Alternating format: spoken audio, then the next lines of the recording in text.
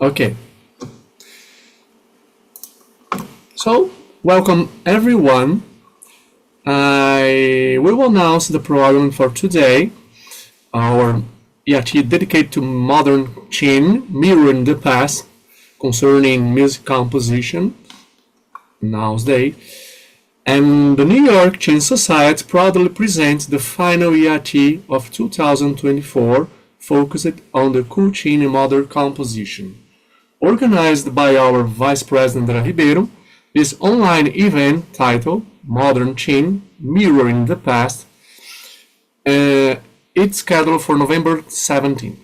While the title suggests a focus on innovative aspects of the cool Qin, the event aims to harmonize tradition and modernity. The organizers seek to honor the rich history of the cool Qin while exploring contemporary interpretations and compositions.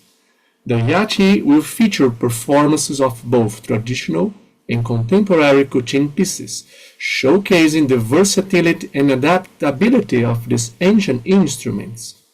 Participants are encouraged to explore creative approaches to classic compositions or to share their original works. This event promises to be a fascinating journey through the Qin past, present, and future, inviting audiences to appreciate the timeless beauty of this instrument and its ongoing evolution.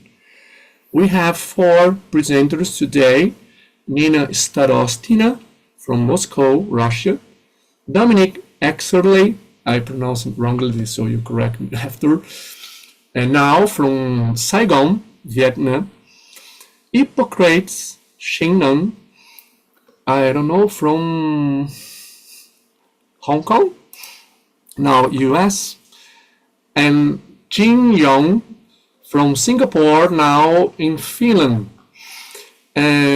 Please join us to hear the insights into Qin compositions and to celebrate the enduring legacy of the Qin. We will start our presentation with Nina. And Nina, can you please present yourself a little bit? And you can do it in Chinese, no problem. Okay.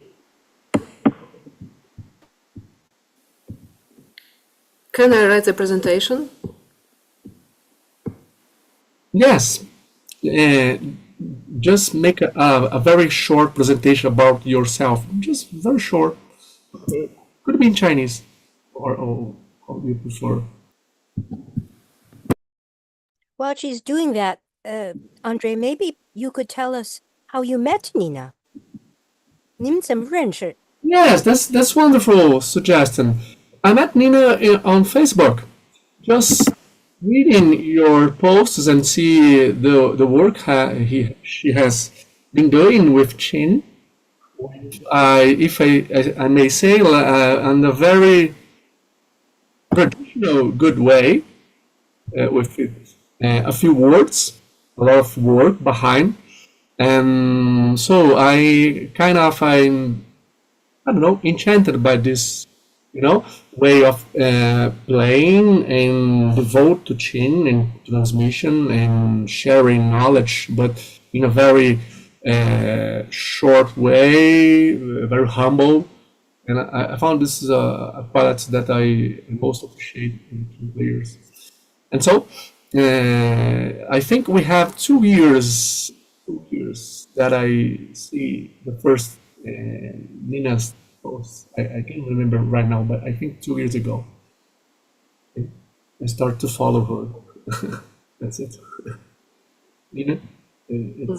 Okay. Good morning, everyone. Thanks for opportunity to speak at this conference. I want to share some experience how Chinese music and especially Kuchin music inspired me in composition work. I'm interested in ancient melodies since I started to compose music about 30 years ago. I wrote several religious pieces based on Russian Znameny chant. I've been studying Chinese music, specifically Guqin music from Professor Li Fengyun at Tianjin Conservatory of Music for about 25 years. My interest in China started earlier because my mother is a Chinese language teacher. So Chinese culture followed me all my life, and I feel quite natural to communicate with it. Chinese Guqin music shares some common features with other music traditions. Guqin pieces have a clear structure, beginning, development, high points and endings. The music uses both 5-note pentatonic and 7-note diatonic scales. Older pieces often use 7-note scales. I particularly love the ancient diatonic Guqin pieces from the Ming dynasty because they are so creative and expressive. Sometimes they remind me of ancient Russian melodies. I would like to make clear, I do not try to compose so-called Chinese music. Chinese music is already wonderful by its own, already beautiful naturally. My idea is to express beauty using different styles, like Russian or Chinese folk music, old polyphonic music, Guqin, impressionist style, or my own style.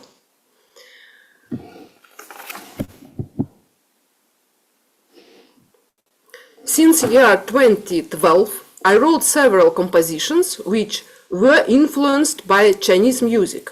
First were 2 Chinese Orthodox liturgies, which are based on some Chinese musical patterns, but not direct Chinese melodies. In 2015, I wrote my first composition work, Octoechos. 也可以中文说八调集 partly based on genuine Guqin music and Fujian Nanyin intonations. It's very interesting to compose vocal music in Chinese, because the language tones influence the melody and help to shape the melody, just like in traditional Chinese drama siqu. So since then, I also wrote some compositions featuring Guqin. You can see them on the slides here.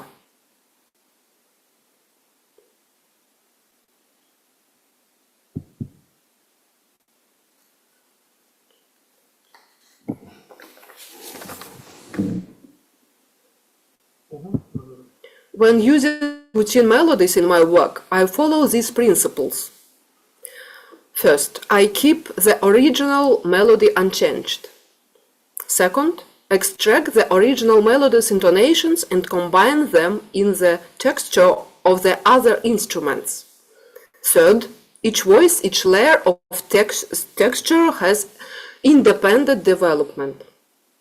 The reason I have chosen these specific pieces of ancient Guqin music is because they have expressive melodies, diatonic or mixodiatonic scales, interesting modal features.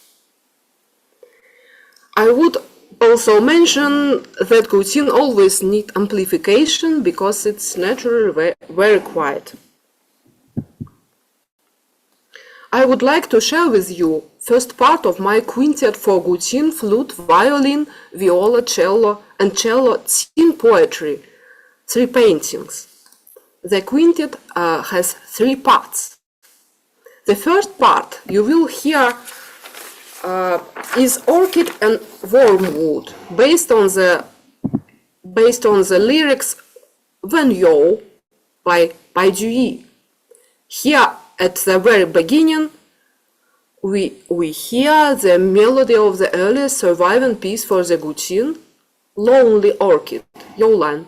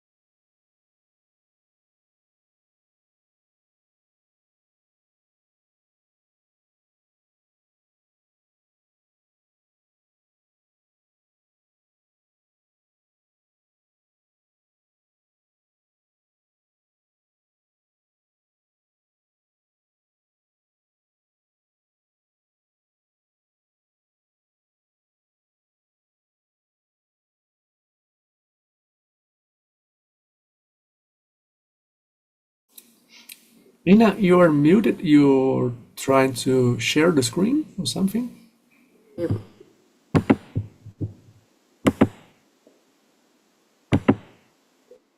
Там тебе в чат кто-то пишет.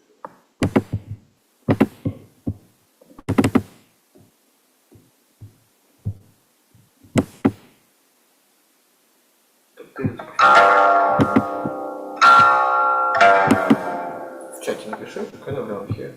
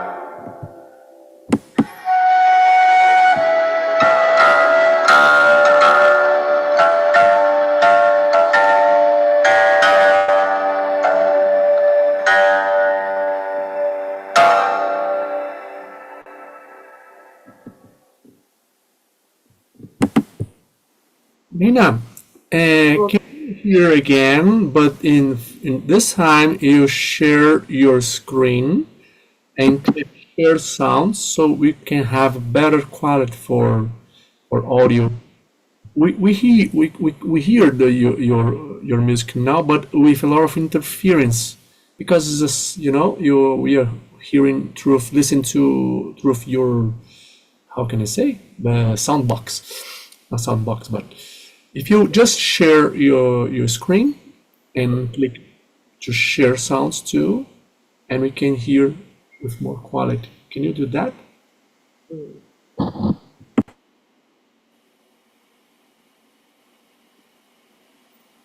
Oh, sorry, you were mute. Yeah. 那我们再试一下嘛。 Hey, okay, can you explain to her? 对，再试一下，就是你再试一下那个 share screen，但是你这一次可以选择加上那个声音。share screen 的时候还有 share 那个就是声音有一点小吗？声音听起来不是从它本身的那个 audio 传出来，好像是从你的 speaker 你的喇叭传出来，所以我们听起来是很多的杂音，就是不清楚。Ты нужно запустить эту экрана и еще раз попробовать. 哦 Ну, как мы делаем. Просто мы это не сделали, потому что у тебя，OK， не было файла.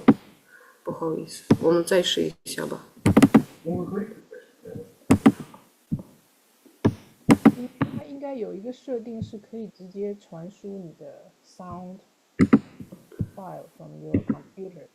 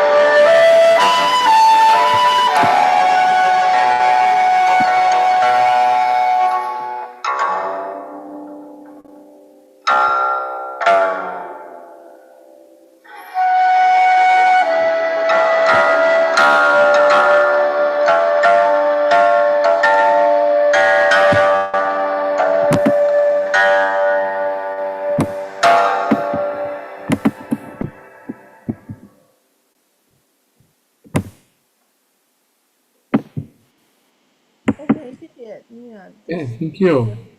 the first song。我们再听第二个，right？好的。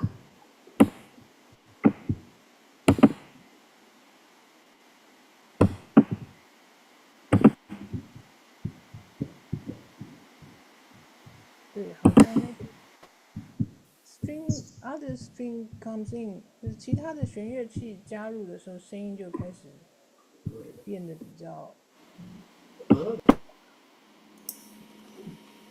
Nina, Okay, I'm here. yes, when you recorded it, was the microphone closer to the guqin,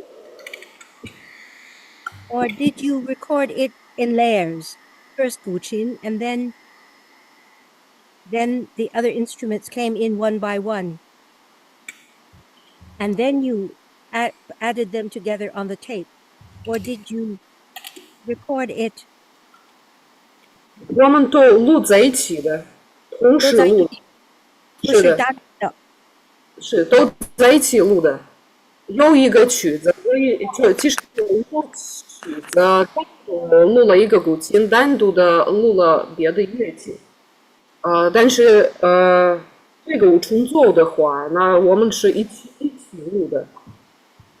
So Nina is saying all the instruments are recorded together, not separate. It's a live recording. I see. Actually, very beautiful. Recording, not live recording. Not live. Oh, I see. Not live? Oh. Oh, I sound like 就是我听起来好像电脑合成。不是。Okay, so I was asking. It sounds like computer did it. Composited. No, right? She said no. 不知道为什么有这么多杂音。我听出 I 来 have 有杂音。 I have some thoughts Sir, that I'm sorry. I'm just guessing that if Nina actually, if Nina muted yourself, did you mute yourself when you're sharing the sound?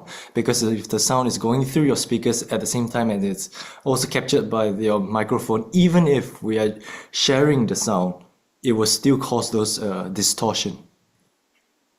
就是 Nina，你可能可以先 mute 你的麦克风，然后你 share 这个 file 的 sound。您说再次用这个。第二首，你第二首可以试试看。那好的，第二首。Okay, now 我们another composition I would like to share with you is fragment from Lisao Falling into Grief for 8 instruments including guqin. It's also based on the parts of ancient guqin piece Lisao melody from Shenqi Miphu. The melody of the ancient piece is distributed among all the instruments. My composition has 2 sections with a dramatic high point where the guqin and string and wind instruments sound in turn.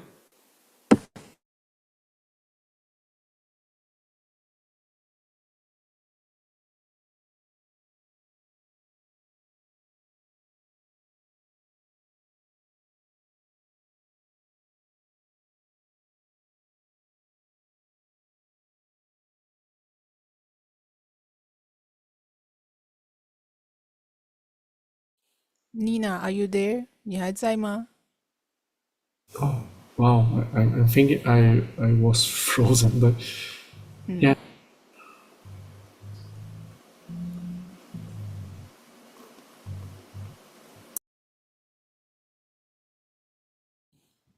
Okay, you're back.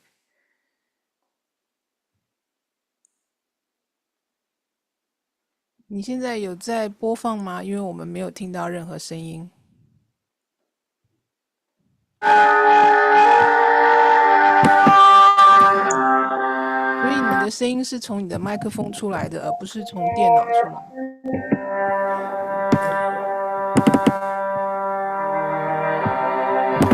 OK， 又没了，声音又没了。Apparently, the sound isn't. Wow, because I mute Nina, and so the music stops. I think we are here through her my audio speakers. Right, right. Nina，就是你 mute 你的麦克风的时候，声音就没了。所以，OK，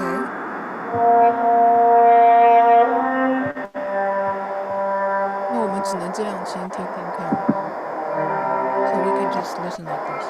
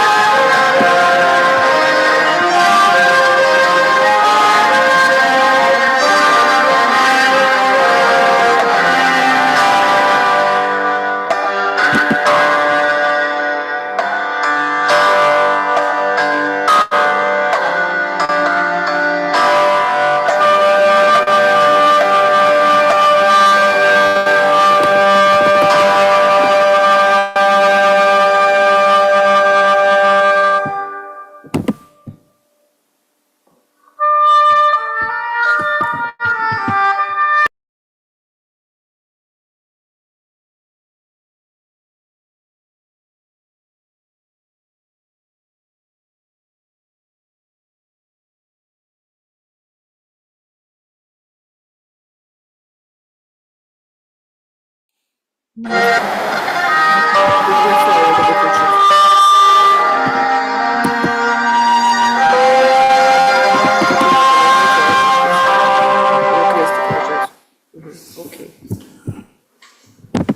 Yeah，Nina，我们还是认为可能就是你在选择那个声音 share 的时候是没有选择到，因为我们还是从你的 speaker、你的那个喇叭听到的，而不是从电脑里面传输的。所以没关系，我们希望你可以提供一个 link，就是之后提供一个 link，我们可以再听，就之后再听听看它最接近你原来的声音的录音。好的。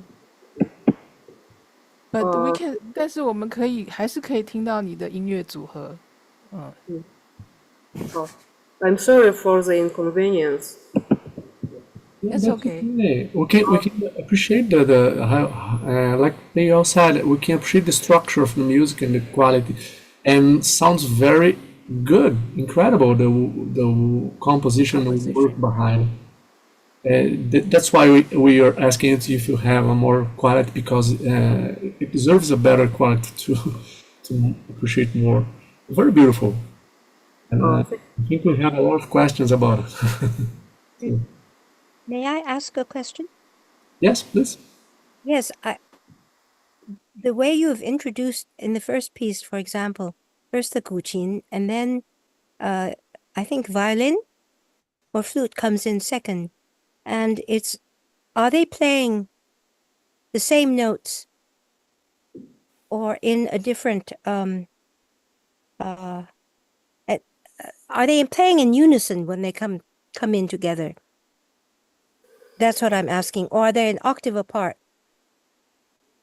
You mean first piece? Yes, in particular, because we could hear that most clearly.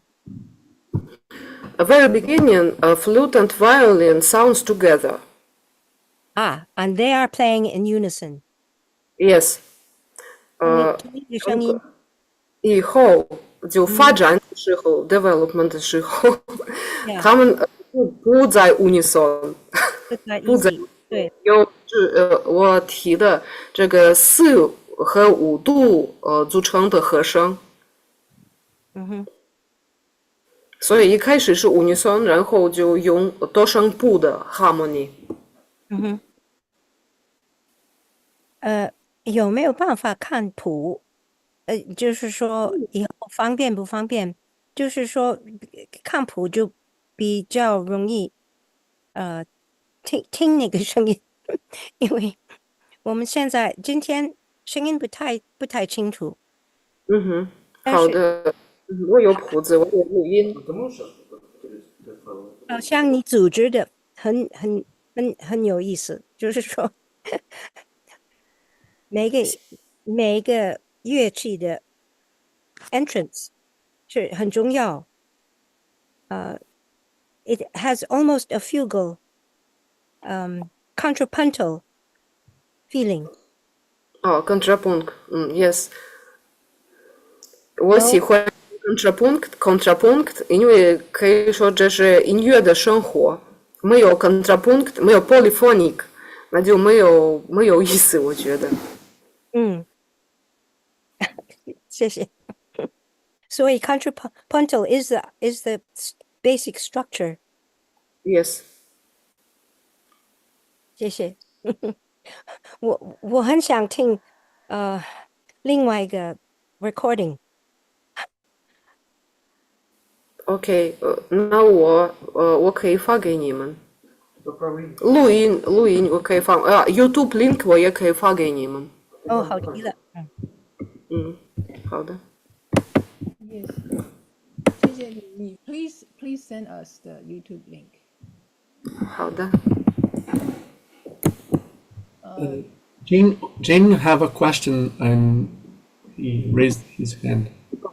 Yeah, even with the sound quality, I could hear quite a lot of this intricate counterpoint. And I'm really curious about the choice of counterpoint and the logic behind it. And how do you do it and retain the flavor? 就是这个 I don't know what's the translation of counterpoint in Chinese, but this fugal writing, how do you still maintain the flavor of that Chinese piece at the same time bring in all this additional harmonies and counterpoint?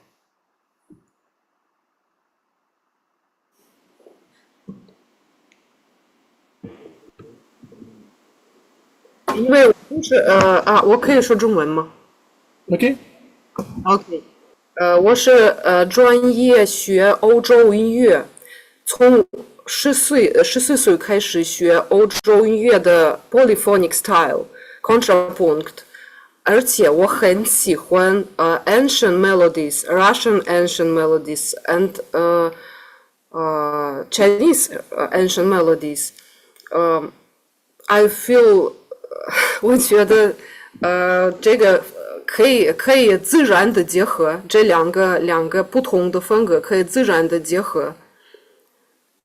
可能现在可以说现代的音乐，现在大部分现代音乐比较，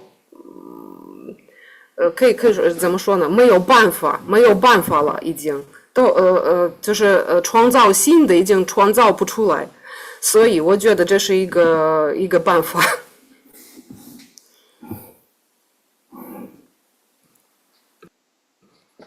我特别喜欢你用的那些不同的内音，只是好奇那个你怎样去选择，因为本身觉得，比如说这个 cadence，本身觉得听到 cadence 的时候，它那个历史的那个 baggage is so strong， 它会立刻把我带到欧洲的音乐，但是在这个情况下，我觉得好像融合的很恰当。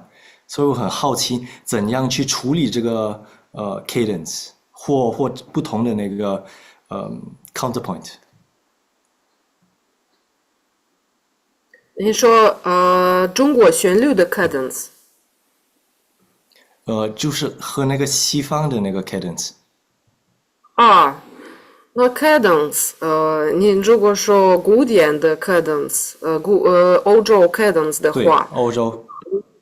是的，我大部分不是用这样的 cadence， 我的 cadence 是可以说 modal 性的就是没有就是降调大调和小调的功能，没有这个没有功能的调式，所以解决还好一些。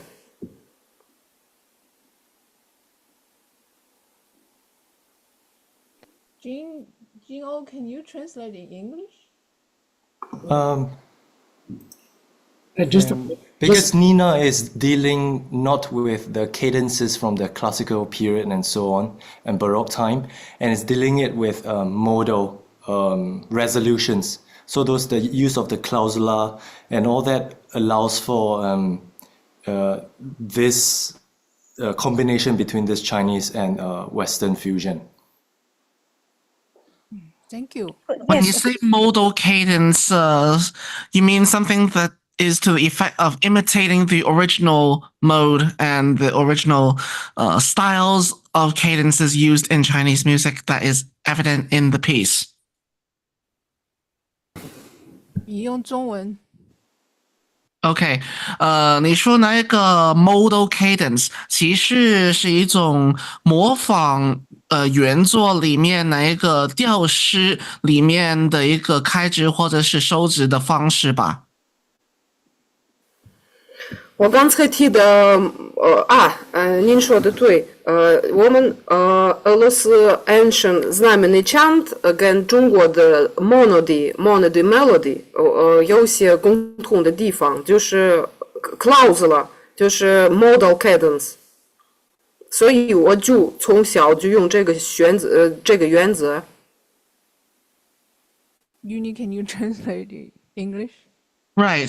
So basically, she is trying to respect the original Chinese work and imitate or replicate the modal solutions and cadences at the end of each piece as the original Chinese musical style has it.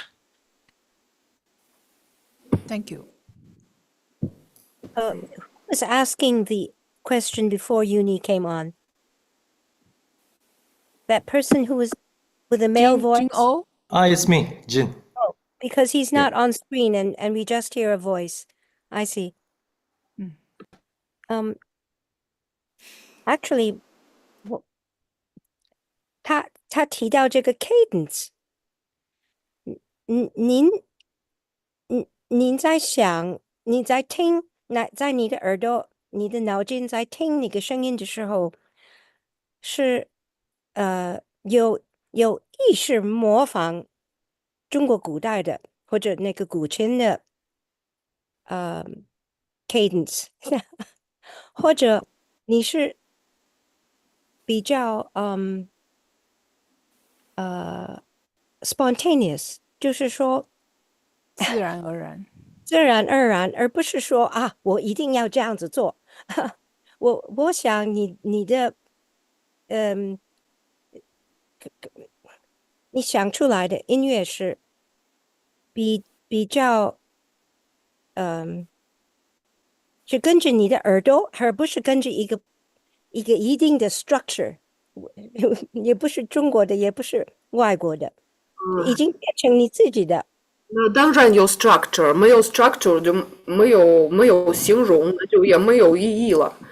但是我也已经提到，我也写的音乐不是中国的，那当然不是中国的，是可能有一些中国的 flavor，有中国的味道，因为是用古琴，但是我是用好多的 styles，polyphonic styles，Russian styles，古琴音乐的 styles。就是为了表现出音乐的魅力，然后我写的时候当然有 structure， 但是也当然也是自然，也没有自然呢也写不出来曲子了。好Marilyn, would you understand? Do you want to translate? Well, In yes, my question wasn't really that clear, but because the question originally was whether she used a Western or a Chinese cadence, it seemed to me that when I heard it, the music, she was composing it in a form that had already been internalized by herself. So she is writing what is Western or Eastern is actually the timbre of the instruments as much as the so-called melody itself. As soon as the strings come in, for example, it is so Western because they have to be pure sound. Whereas the guqin has a timbre that is quite thick and it's even thicker than a cello or a double bass. So the sound is so distinctive. Whereas violins and cello and flutes are closer to Chinese instruments, I think. But it's, even though the recording was so poor, the timbre of the instruments is important as much as the flow of the piece, the structure. And when we call it structure, it's really very basic. Beginning, a middle, and an end. And I think to use the word cadence really means just how you end the piece. Is that correct?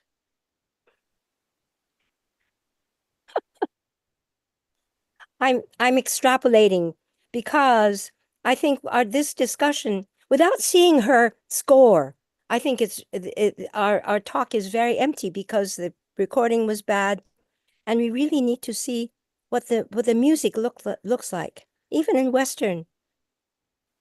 Listening to Western music, looking at the score is really important. How she has written it. Dina, 你可以 share screen 看看你的那个谱子是什么样子吗？可能待一会儿才可以，因为这谱子现在只有在手机里。哦，那可不可以拿到那个荧幕，拿到你的摄像头前面，我我们就看看。就是一小部分，不是说是全部，主要就是看你怎么样几何这些乐器。We are asking if Nina can share. 请稍等，我要查一下。Okay, so she said we have to wait a little bit. while Nina is preparing, do anyone have any other question? I have one very simple, and this is very short too. Nina, do you see a deep connection between Russian musical traditions and Chinese music? Just that. You think that it exists? Just that connection between Russia and China, musically speaking. I think 有这个关系，有这个关系。可能是从古代的音乐可以看到modal structure and melody structure 也有关系。哦，就是 little intonations combine the process 是很接近的。像的。So yeah, they are related, very similar. Yes, I understand that. That's Good. Thank you. Thank you very much. And thank you. If anyone has more questions, we have, I don't know, 3 minutes, something. Yeah, if not, I think we can move on to the next Okay. presenter. But if Nina, you have your score, you can 就是你的那个谱子，待会儿也可以 Please. share 给我们。谢谢。And thank you for We're accepting. really happy to hear the music because it's an adventure that you took on and you took it on as an individual. It just comes through your own system because you've been listening to both Western and Chinese music.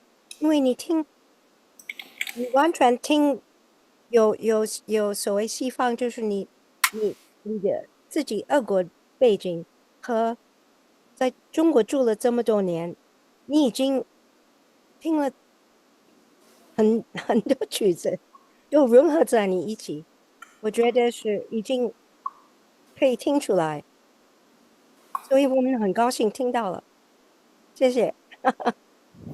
虽然有这么多问题，就是因为我们头脑不清楚。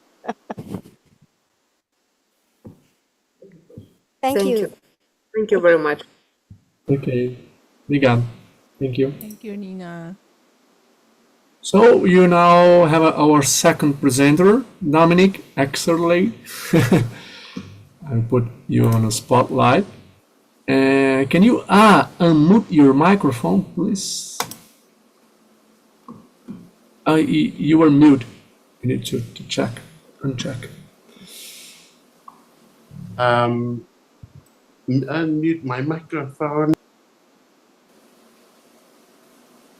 Are we good? Yeah, you're good. So my machine here has to be about 2 meters away from me, and it zooms in and out and does its own kind of thing. Firstly, thank you very much for inviting me today. It's really a great pleasure to be here today. You said that I'm in Saigon. I am indeed in Saigon, but I'm actually from the United Kingdom, which I left about 35 years ago, having now lived in 7 different countries. A brief introduction. I came across classical music when I was a child living in Hong Kong, and ironically came across the Guqin when I was studying Western music in London in 1986 in Chinatown, and wondered, what is this amazing thing? And wished for 30 years to be able to play it until about 6 years ago when I took that leap and jumped from Western music completely into Chinese music and left Western music completely behind after a 40-year career as a concert artist.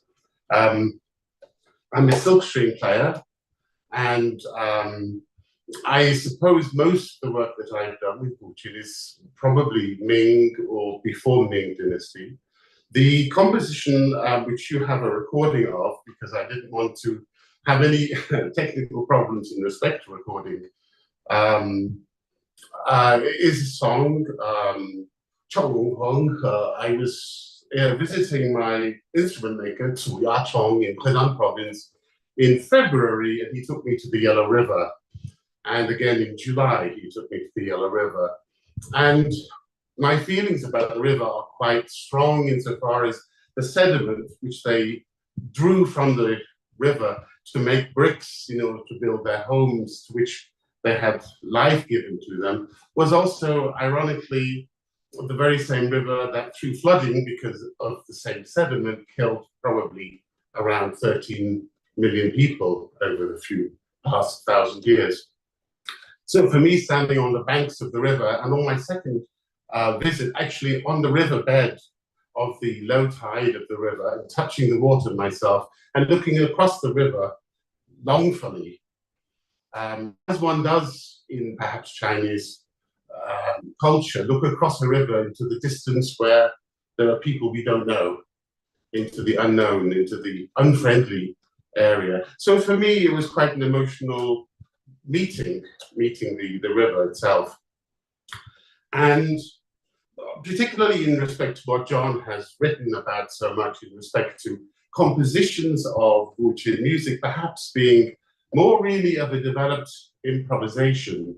And as a Western musician, I specialized in 18th century music. I was a harpsichordist. John himself was a clavichord player, and Uni also. And I worked in something we used to call historically informed performance. So we tried to do what they said they were doing back in the old days.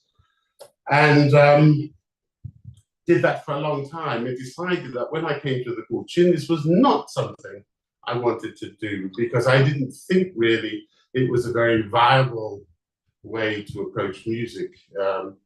But as John mentions so much, and we talk so much about compositions not being through composed in the normal sense, but developed within a person's repertoire, that's what happened with this song. After visiting the Yellow River, I then moved on to visit friends in Shanghai.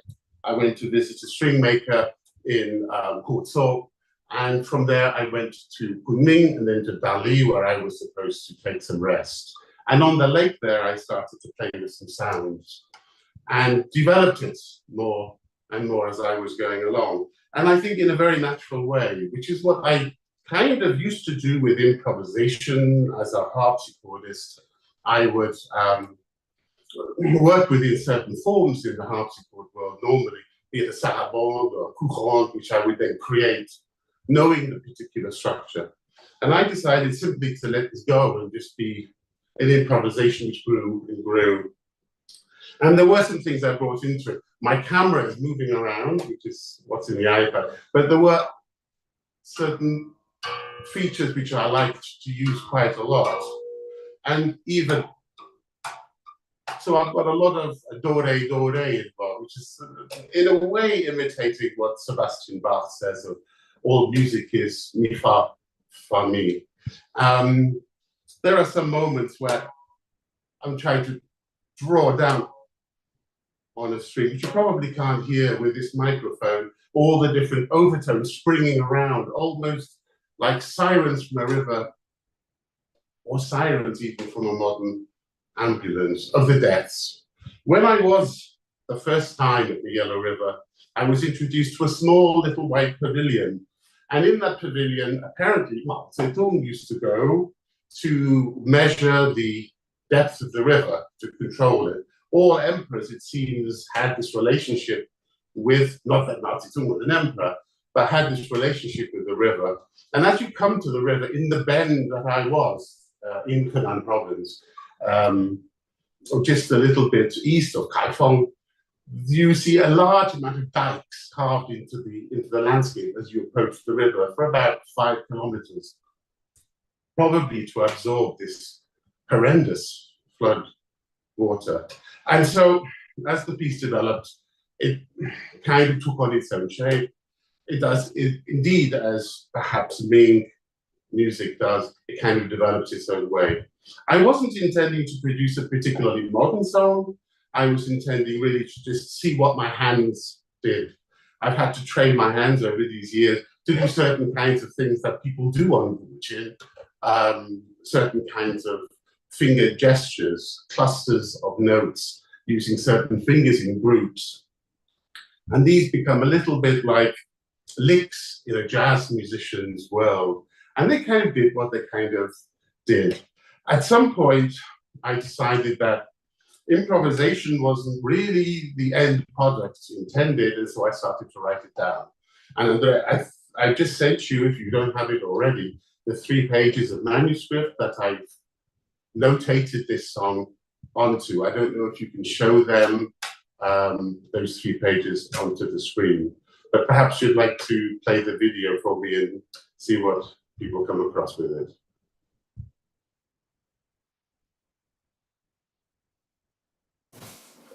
That's great. Are we good?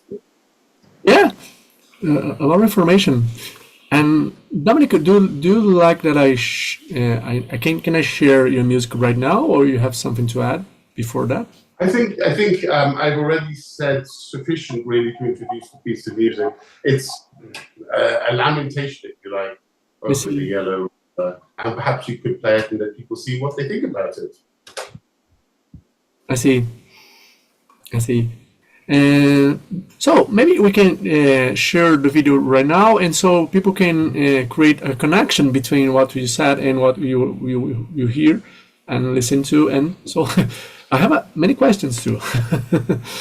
I should point out before we go any further, I suppose, that this is the first wandering into composition with this instrument that I have ever done. And in a way, it was not really intended to go very far. It was kind of coincidental that a couple of weeks after the ink dried on my page, that you wrote to me and said, hey, listen, we're going to talk about bringing ancient into modernity. Yes. By which time, of course, the piece had already taken its own shape. My intention was to start to develop my own personal ideas in respect to what we should be doing to bring the music from ancient times with these ancient traditions, the ancient finger gestures, the ancient ideas, and indeed, of course, silk strings, which I would never do anything without, to bring these into the future in future compositions, if indeed I could start to wander into more, I don't want to say Western styles, but more contemporary notions. People say to me, it's not possible to unhear Beethoven. I was a harpsichordist for 40 years, and maybe that does reflect in my style of playing. Maybe that reflects in my style of musical composition. I don't think it reflects too much. I am told by my colleagues in mainland China that I play differently than they do, and I would hope so also. Whether that's because I was a Westerner, whether that's because I was a Western musician, I don't know. But yeah, sure, play the video and see what other people think. Wonderful. My questions or comments afterwards. Mm-hmm. Would you like to say something, or just share the video? I think she wants to talk Share it first. I have some ideas want to share with Dominic regarding heptatonic instruments. Yes. You ready? What that's going? That's great. I will do that. Just a second. Is it possible, Andrea, for you to show also the manuscript pages that I just sent to you in Messenger? Is that possible for you to show them at some point? I think so. I can share the video right now, and then after I can share the pictures. Yeah, no problem. I'm far too technically challenged to manage any of that. I can imagine. So sharing right now. Just a second. Did you all see the screen? I can see it in the corner of my screen, yes. Oh, wonderful. I will mute my microphone and share if if has, I don't know, there is any problem, please let me know.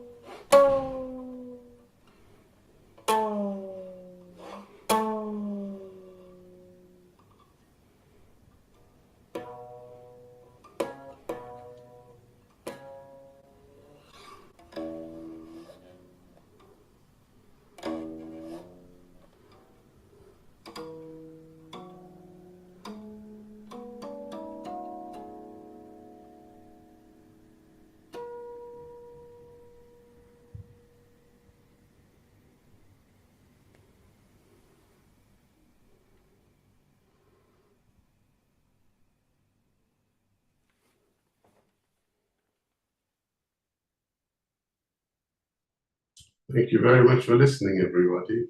Thank you. Very beautiful. I like a lot this piece. Anyone has questions? I think Yuni is the first one. Well, now I have two. First of all, I would think of other recent compositions on the chin. I'm thinking my student Brian's work, 三藏进天竺. A recurring factor in recent compositions is repetition. I noticed that both of you guys have done really well replicating the opening and closing sections in much similar to traditional composition, or you try to imitate that very well. However, there is a lot of repeating. Yours is like 3 times repeating the same notes. His is repeating 12 times.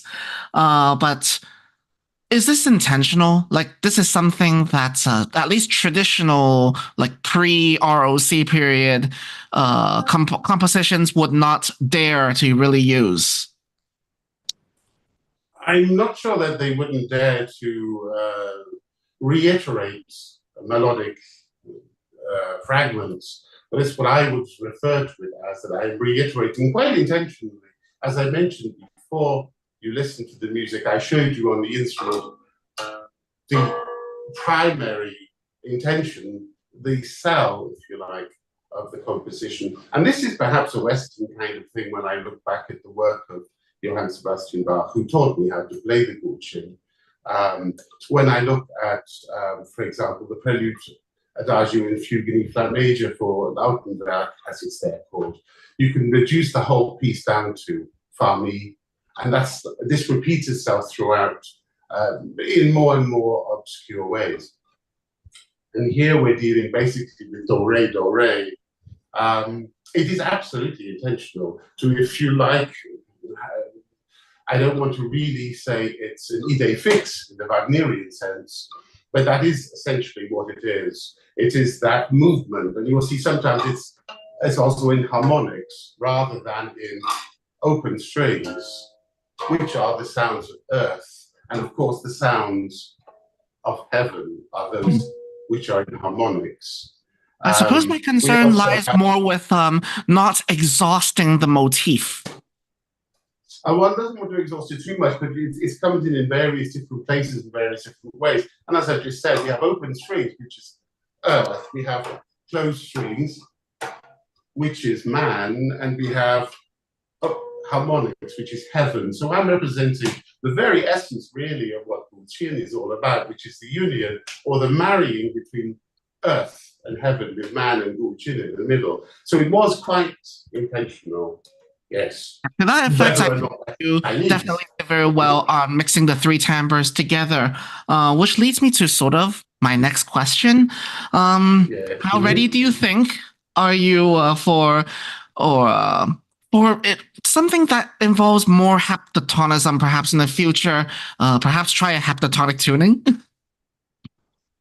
I don't really. You mentioned before you listened to the song about pentatonic instruments. I have never considered the gutschin as a pentatonic instrument. It is an instrument that has open strings to a pentatonic scale. I also don't think that the violin is a quartatonic Right. It's sort of Insofar it has 4 notes at the scale which these open strings are tuned to. And if we go into Han Dynasty music, you heard in the previous talk about Yu Lan, which is perhaps late Han Dynasty, written perhaps mid-early Tang Dynasty in the Japanese manuscript. If we look at that, we're seeing that we're wandering away from a strictly pentatonic scale. And yes, I agree that that should work out. Would I tune the instrument to 7 different notes rather than have octaves? I have then the problem, of course, that my strings are of a certain gauge. Could I tune them into notes which are not replicated? Well, that's why I would argue that you start needing a 9 or 10 string instrument. But I digress. But yeah. That's the digression we've talked about before privately, and I'm certainly interested in those notions that you mentioned. Yes. All right, that should be it for me for now. Thank you, Yuni, for now. Anyone? I'm wondering about this thing about repeating that Uni was saying, because you've got a lot of Zaizuo in Qin compositions. I didn't understand what you were saying about it not being common in old Qin melodies. I also, I'm a relatively inexperienced individual. When we speak to people like John, who has a repertoire of 250 songs, it's absolutely astonishing, John, and thank you. I certainly don't manage that or a tenth of it. But for my exposure to what I worked in, which is primarily Ming Dynasty work, I certainly find repetitions. If we look at the song that was mentioned and partly performed in the last presentation, Yu Lan, you see that the cadences, there are 4 sections, and these cadences are constantly repeating. At the end of each, let's call them cadence. So I would differ with Uni insofar as I don't think it was not a feature. In such a compressed piece of about 3.5 minutes, it may perhaps be a little bit more apparent, but that was certainly my intention, to give that feeling of foreboding, looking across that deathly river. Okay, and I like the composition very much. My other question is not actually quite related to that. It's I have this friend Wang Gong who makes harps, who makes silk strings, and is also now in the business of making a harpsichord. And he has the idea.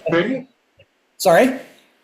Strung with silk strings? Well, he has the idea of stringing them with silk strings. He says he's become a bit bored with the sound of the harpsichord, and he wants to try it with silk strings. Do you think I can't imagine that being possible, mainly because you pluck it in the same place all the time. It would have to be awfully good. But good luck trying to maintain tension and to maintain the instrument in general. Right, but I mean, can you imagine if he were successful in stringing the harpsichord with silk strings, you might start playing that again? As we say in Germany, jein. I worked a lot with a Lautenwerk not being a full-size harpsichord with gut strings, which would really be called a Harfenwerk, which some people call Lautenwerk, a lute instrument.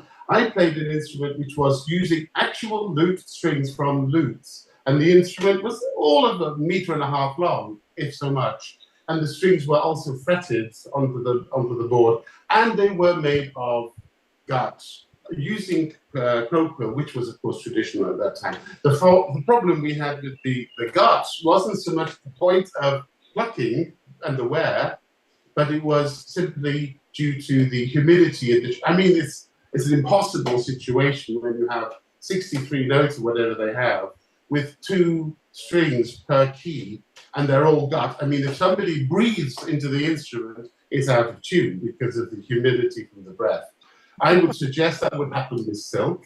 When I moved from the harpsichord, Stephen Burkett, I don't know if you know his work, he's now created historical iron, which transforms the sound of the harpsichord if it's able to take that.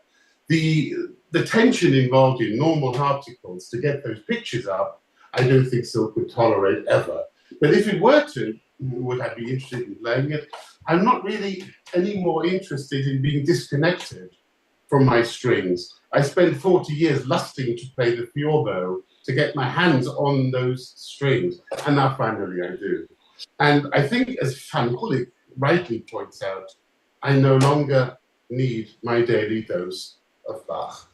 Bach taught me as an organist and as a harpsichord what lies between notes, which is what we learn in Laute, who tells us that the wheel is not made up only of the spokes, but of the air between. And that was taught to me in the chorale preludes by Sebastian Bach, how to toss a phrase into a 6-second church acoustic and to respond to that. And this is why when people say you play differently, my argument is that I don't tell my Gaussian what to do. I listen to what it wants me to do. This is brilliant. Dominic, this is Marilyn speaking. I appreciate everything you've said because I have not been a harpsichord player or an organist, but I have lived with a lot of Bach growing up. And I love what you say is the meaning of the music is between the notes. The spaces and the breaths pauses are as vital as the notes.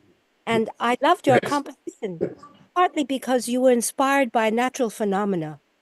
Yes. And the ancients have always spoken about being inspired by natural phenomena. And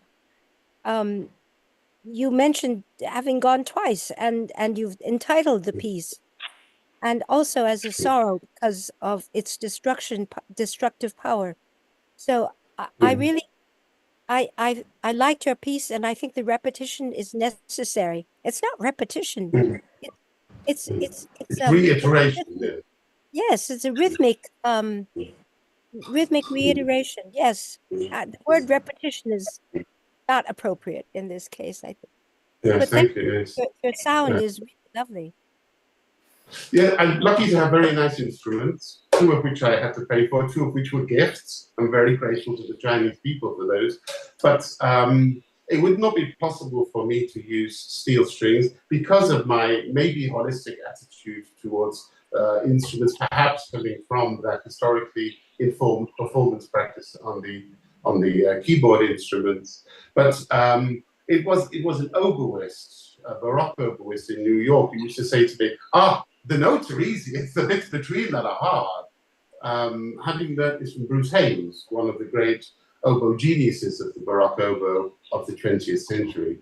But I think when I look at Sebastian Bach, and I look at Amédée Mozart, and I think of the genius of Mozart, and he wrote for himself and he wrote for us. And when I look at Sebastian Bach, and I am not a religious person, I do not believe in God or deities, but when I look at Sebastian Bach and the chorale preludes for organ, I know that this was an absolutely personal discussion that he had with his maker. And that is why they are so profoundly spiritual in a non-necessarily religious way. And the tone painting and the coloration that he uses and the wit which he brings into his work. But for me to play another harpsichord again and touch a mechanism, a machine, which can be quite musical and expressive to the touch, because we do have a touché on a well-built harpsichord.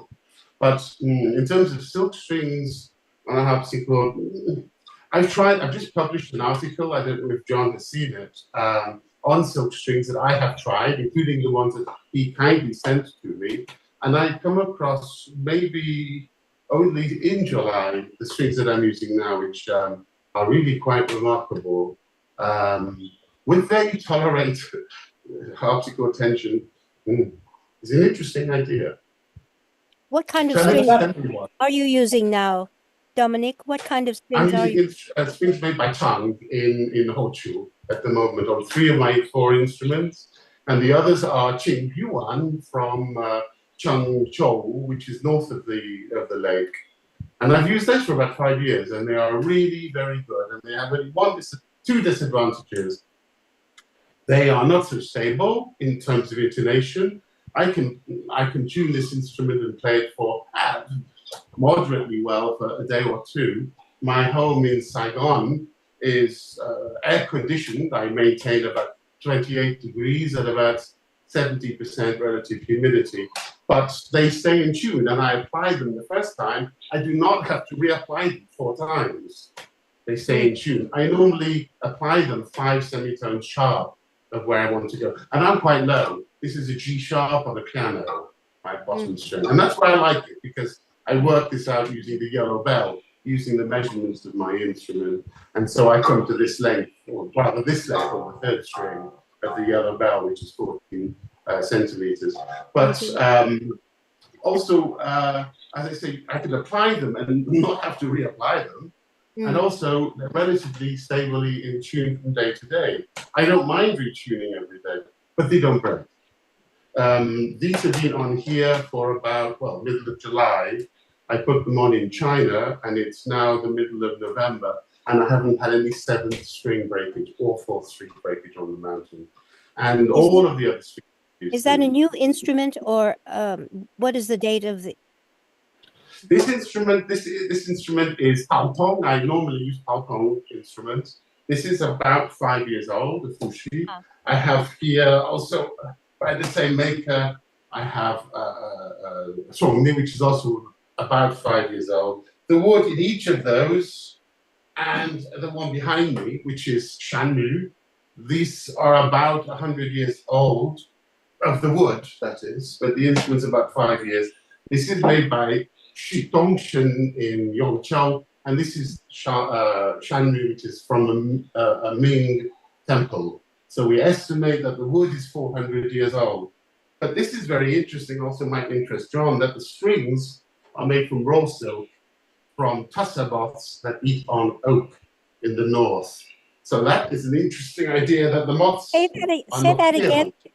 Say that again. The red instrument there, the silk strings are not the normal mandarin melonberry silk with normal silkworms, which is what mostly we use.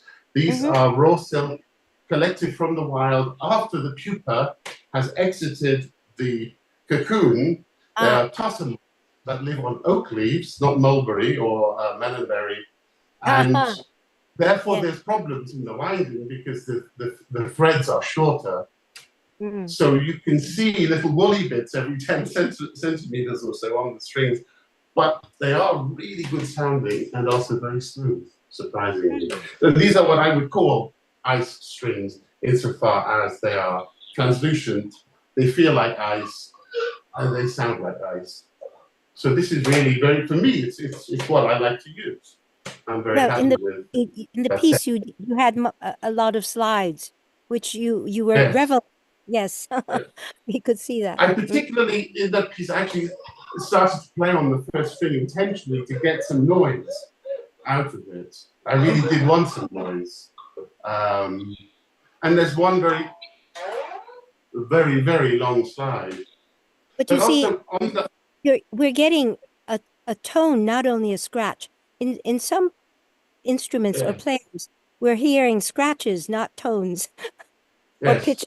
Yes. You're bringing and this the is what I argue.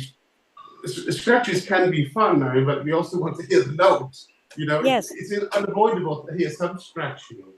But what I like with the instruments I have here is that, as you heard in the composition, when I strike the instrument, you hear both sides of the string. And so when I strike and slide, even in Yulan, where we have a slide going right to the bottom, I know John did not put that in his daiku, but there we go. And you can hear all the harmonics going in opposite directions. So you have a chromatic glissandos in opposite directions. And that's one of the good things. Maybe these strings, maybe these instruments, but we should be able to hear the notes. And not just, but also like the Meian Chinpu, I tend not to use my nail left of the 7th dot. I have to when I'm up here because geometry won't allow me to use the flesh. Otherwise, I use the flesh next to the nail. And with the right hand, I also always pluck with the flesh. And the nails are so short that they are the last contact with the string, but they don't actually pluck. I never pluck with the nail. Absolutely, I always pluck with them. If I can feel the nail contacting the string, I grab my nail file. Yes. And The nail that does, of course, touch.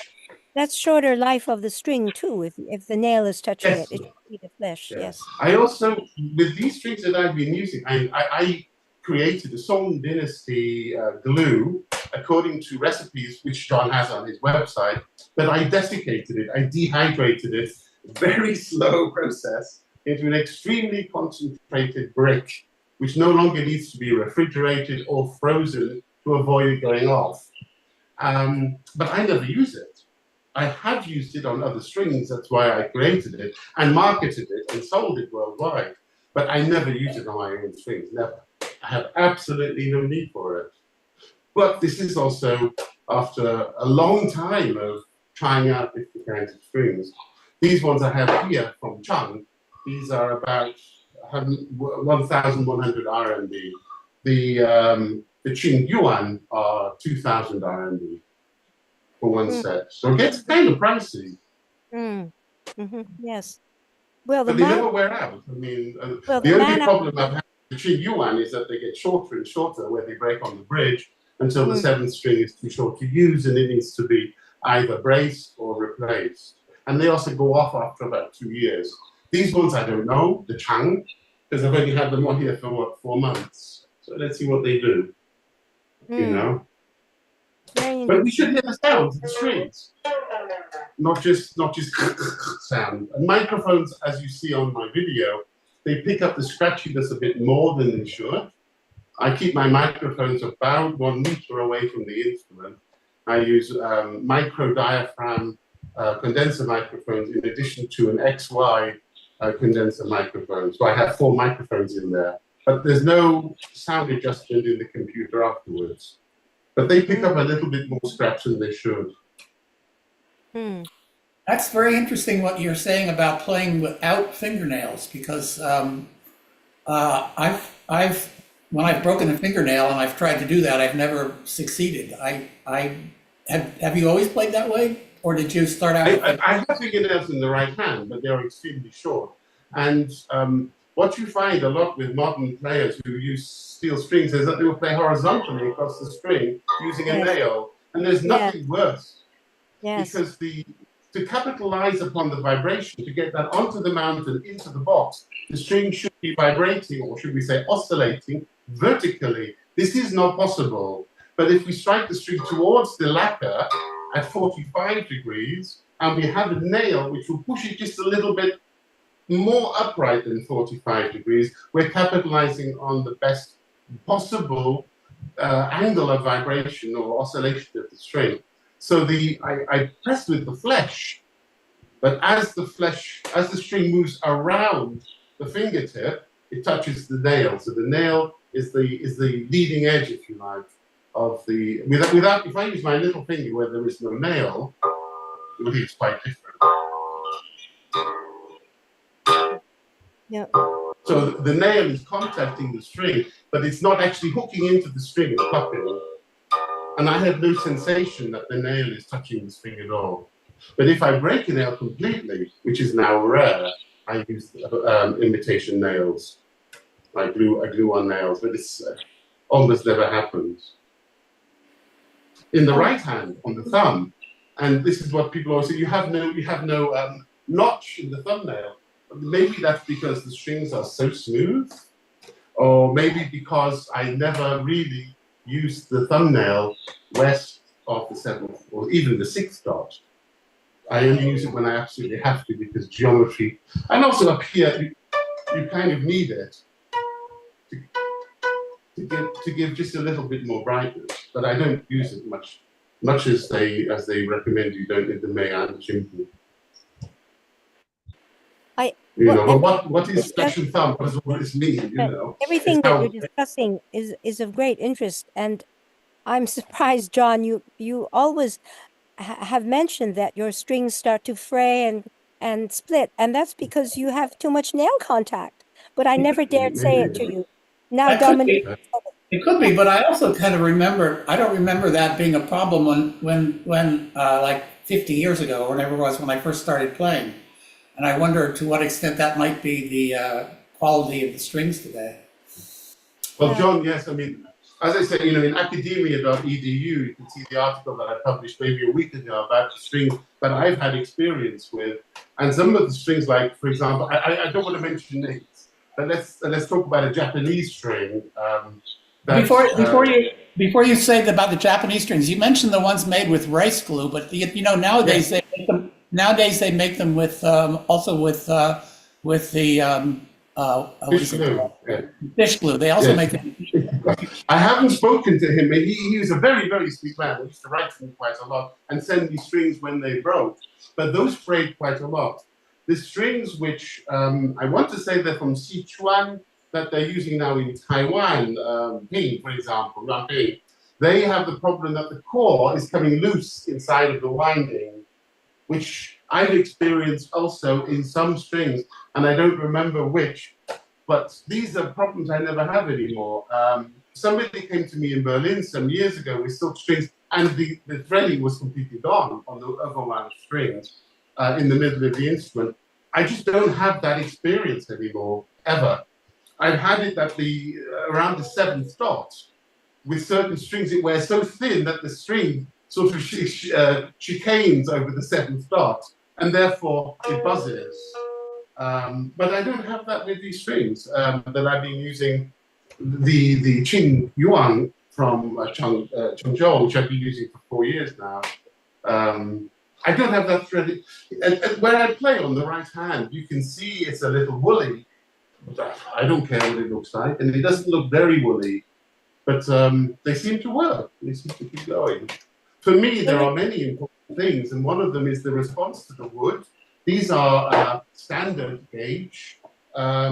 The other instrument I have here are a medium gauge, and I prefer the standard gauge. I find it gives me a little bit more strength. It doesn't inhibit my vibrato, and I'm not a great vibrato player. I don't like vibrato. I think it interferes unless it's written in, and very rarely will I add anything, like a yin or a now.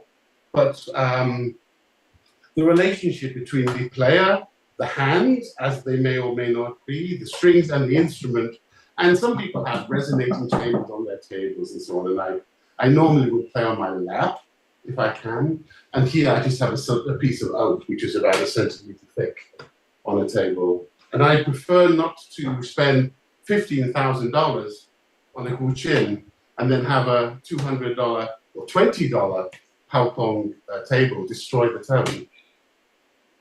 I mean, I just don't want to go that way. But that's me, That's where I am. But you should try these, John, from Chung. How do you? I'll give you some information. I'll send it to you elsewhere. Can you write that in an email so that we can share that? You can share that information about the strings that you prefer on your instrument. Well, yes, I can.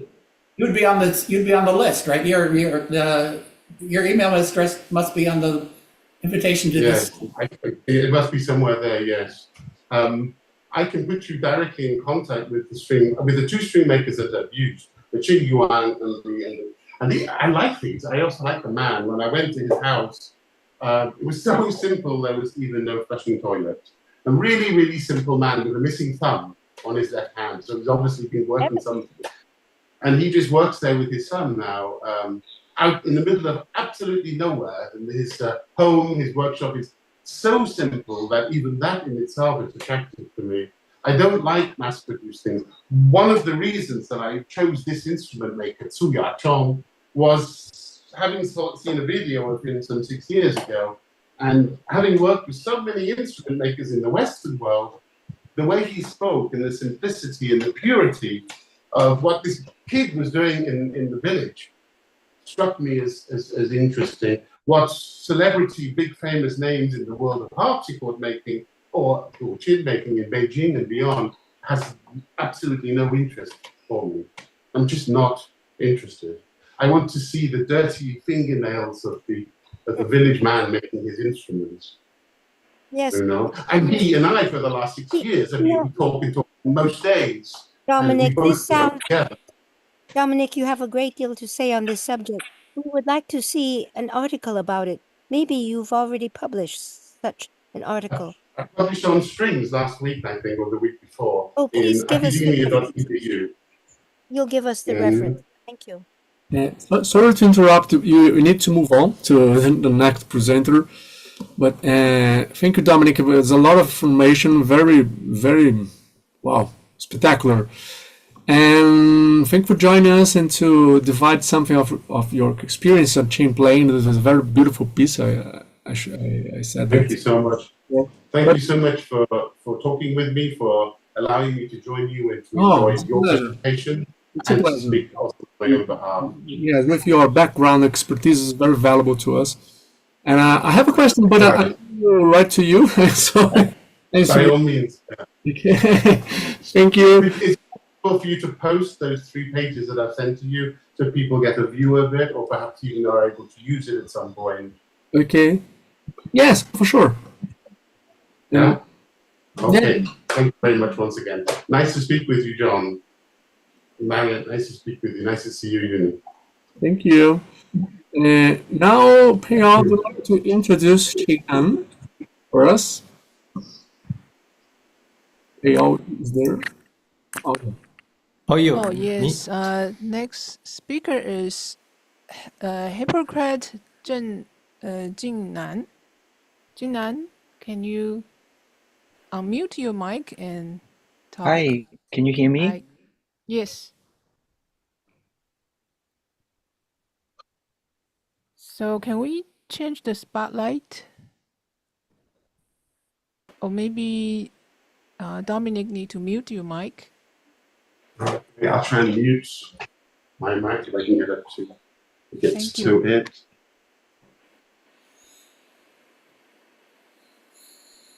Okay, so Jingnan, you can give a little self introduction for yourself. Okay, let me share my screen.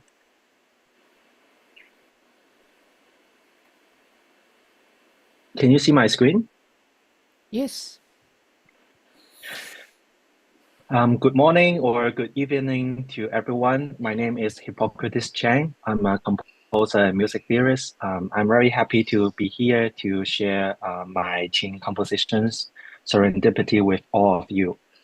So this piece was written in 2022, and I worked that with my good friends Feng Qi. So should I keep going? Yes. Hi, loud and clear. Yes. Dominic's screen is still up, but we don't see Hippocrates. So there needs to be. Oh, But I can see. I can see I his think because sharing screen. his screen is pinned.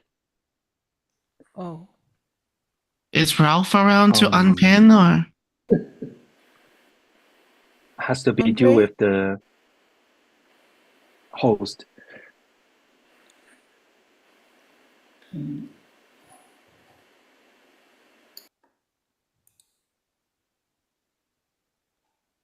I am seeing Hippocrates screen right now. I don't know if everyone's seeing the So same do thing. I. Right, okay, so you can talk. Jinan. Can you see me?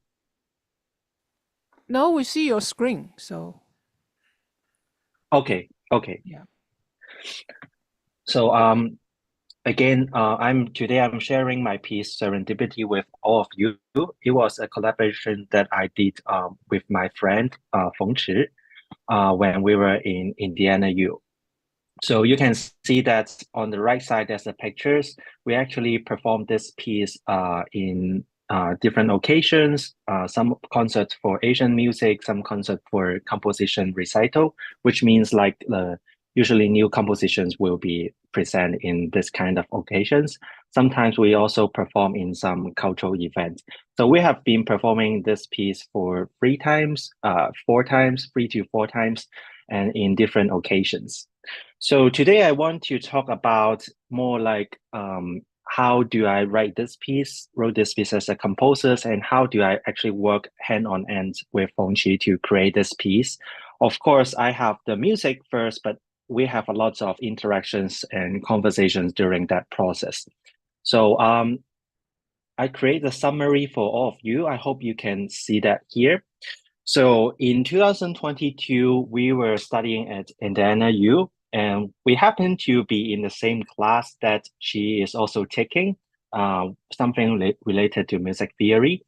But she was not a music major. She is actually doing a PhD in East Asian languages and cultures, and specifically focused on Chinese literatures. But she has been learning Qing for many years. I think since she was young in Shanghai, and she was actively performing Qing. But also, this is her first time to play new compositions. But luckily, she also have some training in piano and Western music. So when we comes to staff notation or talk about some ideas that were more popular in the classical music, she will be able to understand. And for me, I also learned Qing for a while. I'm very interested in the traditional repertoire, but also the sound, the possibilities that you can make with the Qing, and how can I, incorporate these ideas with a new compositions. So when we met, we talk about have an idea of collaborating to write a new Qing piece, which sounds interesting but also idiomatic. By idiomatic means it should be playable by Qing, and also it will be drawing the roots from the traditional playing technique. And of course, you can imagine that not when you write a new composition, you may not have everything which are purely original, because if you did that, it is more like you are copying the repertoires that we had already. So at the same time, I'm trying to draw the balance between authenticity and also creativity. So how I start with this is I write some ideas on the papers, just like manuscript, and then trying to show Qi when I play on Qing or piano. So it is kind of like a 对谈 process. But a different thing is we already have the ideas on the paper. So she kind of know what sounds or what musical ideas I am looking for. And then I will show her on piano and Qing. And because I am also not as good as her, sometimes I have to also rely on piano, or if I have to demonstrate something which is not very common on Qing, so I will do it on piano.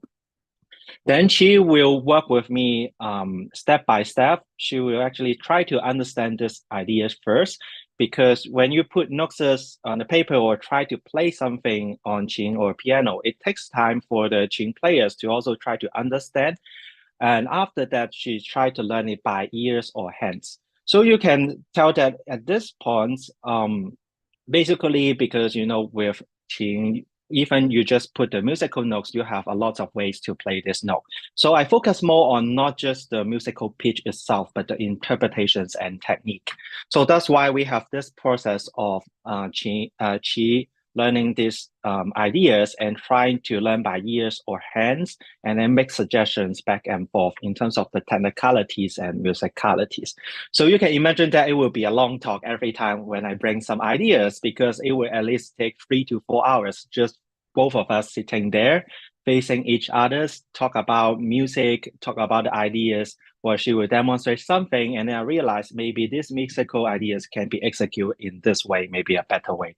So I was treat ourselves, in a equal status, that because, lots of time people may think that composers just wrote the music and then give it to the performers and the performers play it. But I didn't like this kind of collaborations. I focus more on how we actually actively being engaged in the conversations and try to make suggestions. Because sometimes when I work with Chi, she actually make really good suggestions that will actually, give me some inspiration for the musical ideas, but also how to play it. So we refine the piece together many times. We change some notes, or sometimes do some rhythmic changes, or the way of, maybe using this string or not, or this playing positions. We even make changes after each performance sometimes, because when you are performing in a different occasions, I also can foresee a different result. So usually I will do some revisions of that after performance, and she may make suggestions. So far we have perform this piece 3 times in different occasions. So before I play you the piece, my plan is to explain the structures of the music, and then also I will play the excerpt of each sections or each phrase. So and then at the end, I will play the whole piece as a whole. So I hope this will be very clear, because I trying to tell you how I start with this composition and how I work with Qi. So basically, this piece is around 8 minutes, and there are 9 phrases. I would not necessarily call it as sections, because for me, I think it is more like a phrase that is not too long, but also it has some kinds of variations or extension or transformation throughout the music. But I do think like there is 2 primary themes, and theme A and theme B. And theme B is actually kind of divided from theme A, but because of the rhythm and also of the tempo of the theme B, I try to separate. So I try to make it clear to show it to all of you. So basically, the phase 1 is theme A, and it was a 4-note motif. So it will go up and then come back down and then go up. And you will see the score example, and I will play you the excerpt soon. And then the phrase 2 is the theme A, but it's played on lower register. So in phrase 1, I play the theme A on harmonics. And then in the phrase 2, I play it on open string, and etc. And phrase 3 is an extension and variation of theme A. So you will hear some kinds of the materials of the theme A, but it will be being extended and varied. And of course, when I do that, I also insert some longer phrase and make some variations. And then phrase 4, it is still the theme A, but with some kind of fragmentations and prepared for the transitions to phrase 5. Because phrase 5 is the transitions and kind of like a corsi cadenza, which we have loose of sense of tempo and do a lot of harmonics and etc. And I will show you it later as well. So when we come to the phrase 6 and 7, I introduce the theme B, which is actually also part of divided from the theme A, but now it is more active, more exciting. And then I use an approach called additive and deductive approaches, that you will hear a bunch of notes keeping repeat in some way, but I add 1 note and 1 note each time it is repeat. And by deductive approach, I mean when the bunch of notes are added together, sounds very intense, and then I try taking out each note every time it was repeat. So you will also see that later. And phrase 7 is variations of the phrase 6, which is I try exploring with irregular groupings. Sometimes it could be in a group of 3, sometimes it could be a group of 2, and I make some combinations and make it sound like corsi improvisations. So it sounds like improvisations, but actually things, this is all communicate and then written down. Of course, I also provide some room for, tempo change or emphasis of certain phrases. And then phrase 8 is the retransitions and then a restatement of the theme A. And then phrase 9 is a coda. So I hope I'm explaining this clearly. I know it's very hard to foresee that, but at least there's the structures that I am aiming to do. And each phrase is around 30 seconds to 1 minute. So now I'm going to move to each phrase, so you can also see the shape and the score. And when we start working on this, we do it by hearing, by ears first, and then later on we mark it down. So the way we do it is I will play something on qin or piano, and then she try to digest it and try to play something on her part, on her own, and then show me, and then we communicate and make revisions. And then later on, we do it phrase by phrase and then put some notes down and then also put the technique. So you can see that here is still a draft, even we perform many times, because we see lots of possibilities to make revisions, but at least you get the clear sense. So remember I said about the 4-note motif, you can actually see it from the beginning. It sounds like dum, dum, bum, dum. So you can hear that this is not I introduced some kinds of accidental, and also it is played on the harmonics. So it creates some kinds of open-ended feelings and continuous feelings that you may expect something after. So you can see that from the beginning, I introduced this 4-note motif, and then I have another one, but it is kind of like a sections, and then make introductions. So I think to explain that easily, probably I should play it so you can hear the first phrase and how it sounds. Are you hearing me okay so far? Can you hear me? Okay, thanks. Yes, yes. Yes. So I'm going to share the sound and hopefully you can hear the recording.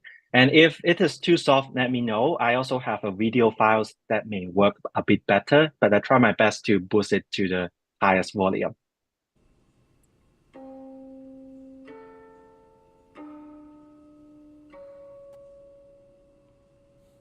I think we don't. Is it too soft? Too soft, too low. If you can raise the volume a little bit, would be great. Okay, When you it share, was the you loudest. Let me make try sure to you share share the another audio file. sound. Yes, I already shared the audio sound. Okay. Maybe try with this video file. Hopefully it's better.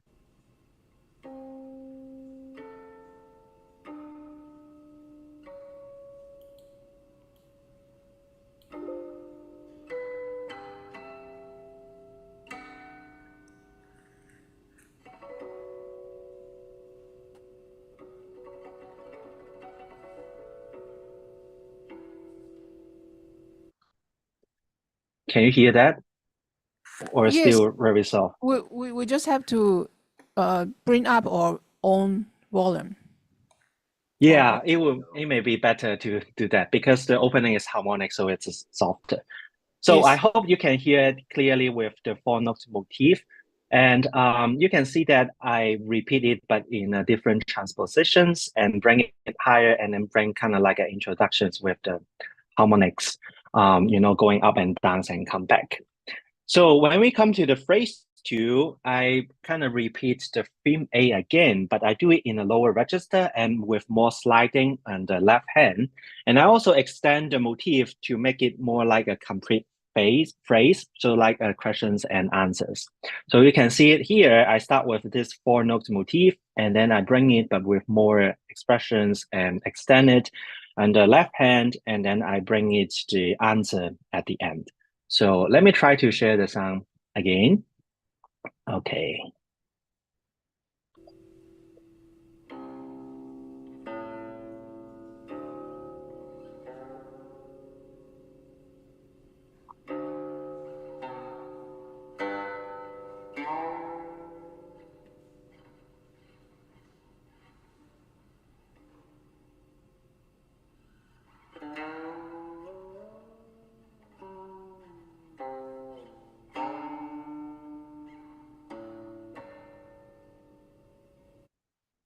So I hope you can hear it. It's still a bit soft, but you can see that I bring out the female again, but do it in a lower register and then with trying to make it as a complete statement. So now we come to the phrase 3. This is quite interesting because I extend the motif by adding some insertions between the phrase. So even you can hear something similar to the phrase to a question and answer, I actually add something, for example, here, add some double stop, note, sometimes a double harmonics together to make an insertions, and which actually these instructions will prepare you for the future passages. And you can also see that I trying to make a more looser sense of tempo and experiment with more expressions. So that's why you see there's more marking here as well. So let me try to play the sections.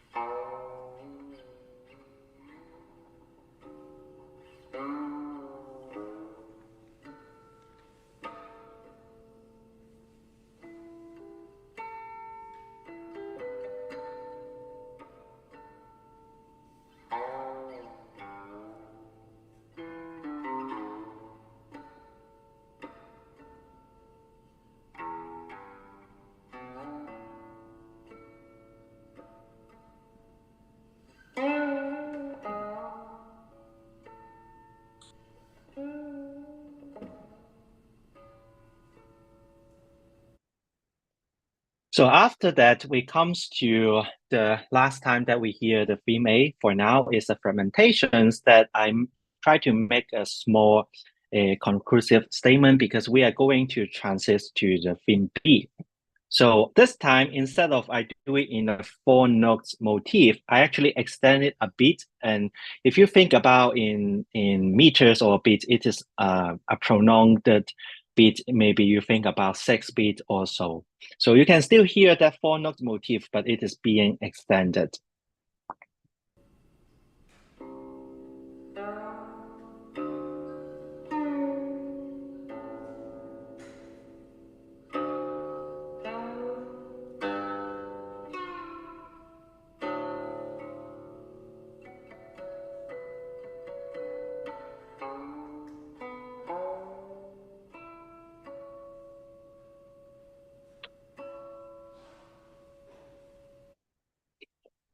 After that, it's time for transitions and try to develop like a cozy cadenza. But of course, everything is kind of written with the instruction. But just like, playing qin, sometimes the players can decide what to do with the tempo and the rhythm. So I'm trying to create a space that she can experiment with that.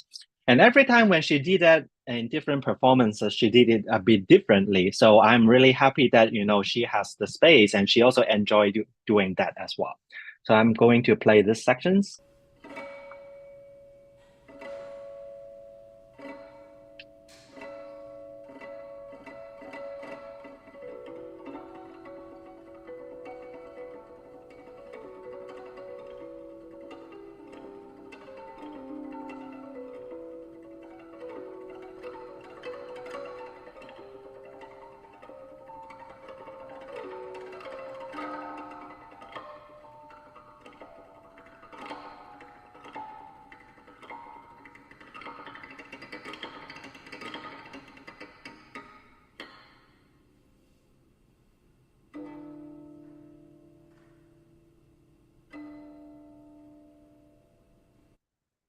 And after that, I create a transitions and causes cadenza. It's now come to the theme B, more I try with the additive and deductive approach.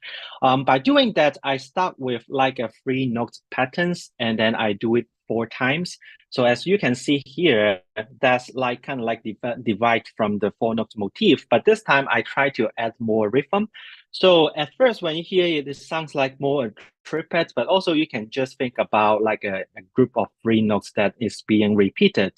And by doing that, you can see that I use an additive approach that from here, we start with 3 notes per group, but then I add 1 more note every group, so 4 notes per group. And then I add 1 more note and become 5 notes per group. So the additive approach, I actually didn't add new pitches, but usually I just add a pitch which is always in the middle. So it creates some kinds of rhythmic interest, and I really like this idea because if you think about in terms of the register, the higher notes will be always being highlighted because of the register. And then if you add more higher notes, it will create some interesting rhythmic effects that maybe sometimes contradict or interact with the lower register.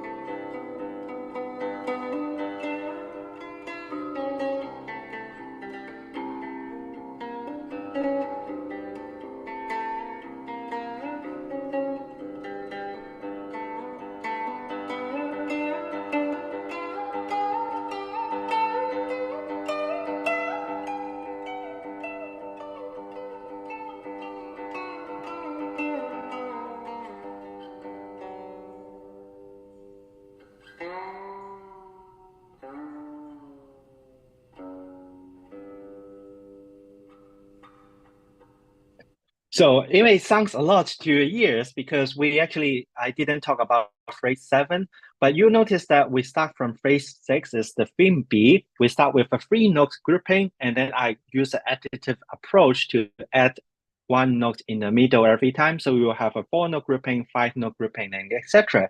So when we come to kind of like a highest point, I actually do some irregular groupings. So instead of just keeping it always in 3, 4, 5, I make it into kind of like 2 plus 3 or 3 or, and etc. So it is a mix of different kinds of grouping. For example, you see from the beginning, you see a 5, which is actually formed by 2 plus 3, and then a 3, and then sometimes with 16 note and etc. And what I enjoy working with Chi is her making a lot of suggestions on how we actually prepare a transition with different groupings. And at the end, we also introduce some other notes that you can hear. You can consider as kind of like a minor mode, but no, not that kind of tonalities in the Western music sense, but it is more like expressions that we introduce some new notes that we never hear before. And at the end, with a lot of slime going up, we reach the highest points that was on the 7th string, the high G, and then coming back down. But at the end, I introduce that kind of minor notes qualities again at the end. So we now end on the theme B.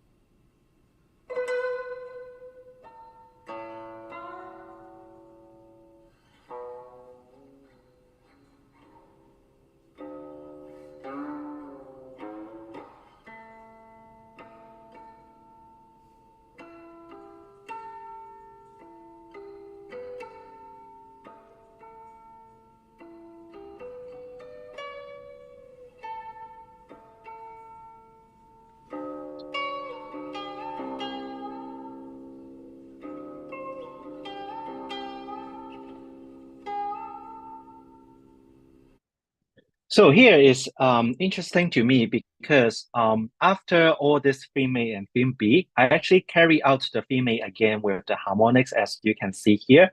But this time I trying to create a double stop that I actually put the theme A on the bottom note. So if we start from here, dum da dum dum, and then the theme A's come below. Dum da dum dum bum ba bum bum. So I'm trying to do some variation with that, and then also with the phrase that you can hear from previous sections before. And then here, I also insert the theme B, the group of 3 ideas here, so to kind of like make an interruption, but also like a combinations of both. So now come to the coda. As you can see, the coda is quite short. And also, I trying to take the tail of the previous sections, like these 2 notes, and merge with the 4-note motif, and then make it as a conclusions. So you can hear this coda as kind of like a reminiscence of the materials that you heard before, but I'm trying to put it and make the conclusions.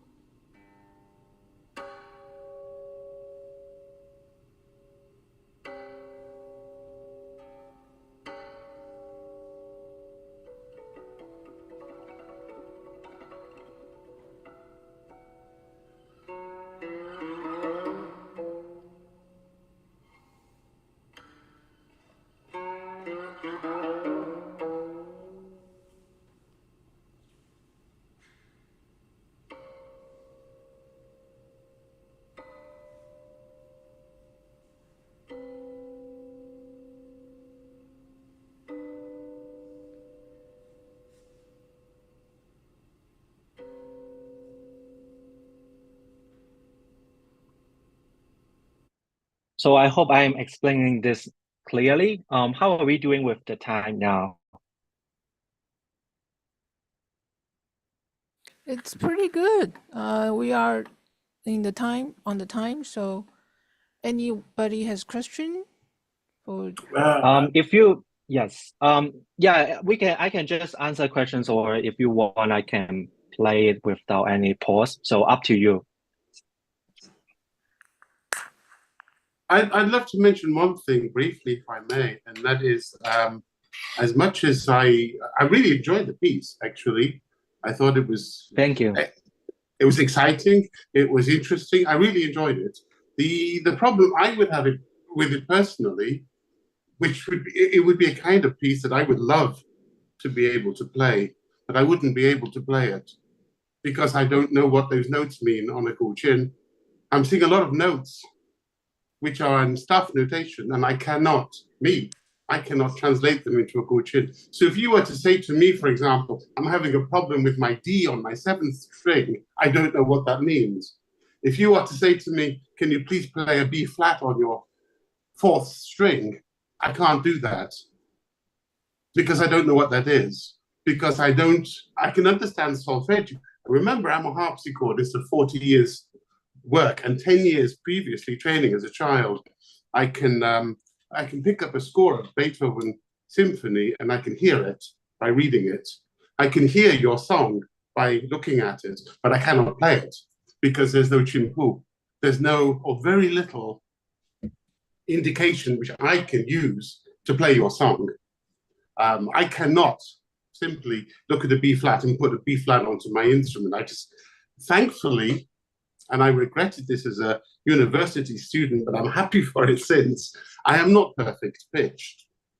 So not only are there pitches which are indicated in Western notation, but I'm not sure you're telling us on which string they are to be being played. And for someone who does not have perfect pitch, how can you do this? So it's not possible for me to play your song. It's just not possible. Is it? Right. Thanks for your comment. I think this is a good comment. That's why when I work with Qi, we both work with the Jianzhupu and the staff notations. Because I think with Jianzhupu, it is very important to indicate the temperature and how to play. And of course, with a piece like that, even Qi has, have the Western musical training, but grew up as a Qing players, it takes time for her to get to know this music because this music just sounds new to her ears. So I think this is a different layers of things that, first of all, the technicalities, the demand of technique, and also the readabilities. Are the players be able to just reach on the temperatures and then be able to play the piece? Because with that temperatures, it have a lot of information, but sometimes with a piece like that, we also kind of like need the staff notation to help. So I would say that that's why we do both at the same time. Well, I agree, and we see there's a lot in Daipu where they're using Western notation. I actually object to it because it gives rhythmic indication in historical music. I don't like this because I think it's really very obvious what the rhythm is as a musician, but not all of us are trained musicians. The problem I'm trying to look very closely at the manuscript that you presented to us, and I can't see sufficient tabulature underneath the Western notation by which I would be able to play the song at all. I would have to get a piano, tune my instrument to piano pitch, or tune an electric piano down to my pitch, and then sort of do it across instrument, because I simply cannot follow that melodic line except using solfeggio, which is a skill in itself that we don't all want to have to use movable do in order to understand. But also, on which strings are we working? Is there an explanation with your composition to tell us how to do this? what string are we playing these runs on, for example? When we're going cross, when we're doing fan, when we're doing cross string stuff, which is happening, I'm seeing these glisses all over the place. And it's, I mean, a really beautiful composition, but I don't know how readable it is. You, the composer, are working with a musician saying, well, this is what I want. And I understand the process. And as you said at the beginning of your presentation, Dom, would if you you take a long time to learn a piece? We do. We do. Dominic, I put in a can't few read that things because I can't read that notation. before Hippocrates responds. Mind if I pitch in something? Please do. Okay, so when Brian Blugerman was working for his composition, we actually spent a lot of time and meetings, angry meetings, trying to convert his rough notes into what is now published in 简字谱 and 5-line staff form. And the reason why it got so heated was because of the ambiguity of his rough notes, which were actually written in the same style as what Hippocrates has now. So I noticed that something about modern composers, they have the same kind of idea when it comes to simplifying their ideas. But then, because of the imprecise nature of the rough 简字谱 that was put down, there was a lot of argument when I actually adopted it with proper 简字谱 because it was actually not to what the composer was actually intending. And there was also the issue of sometimes the motions were not ergonomic.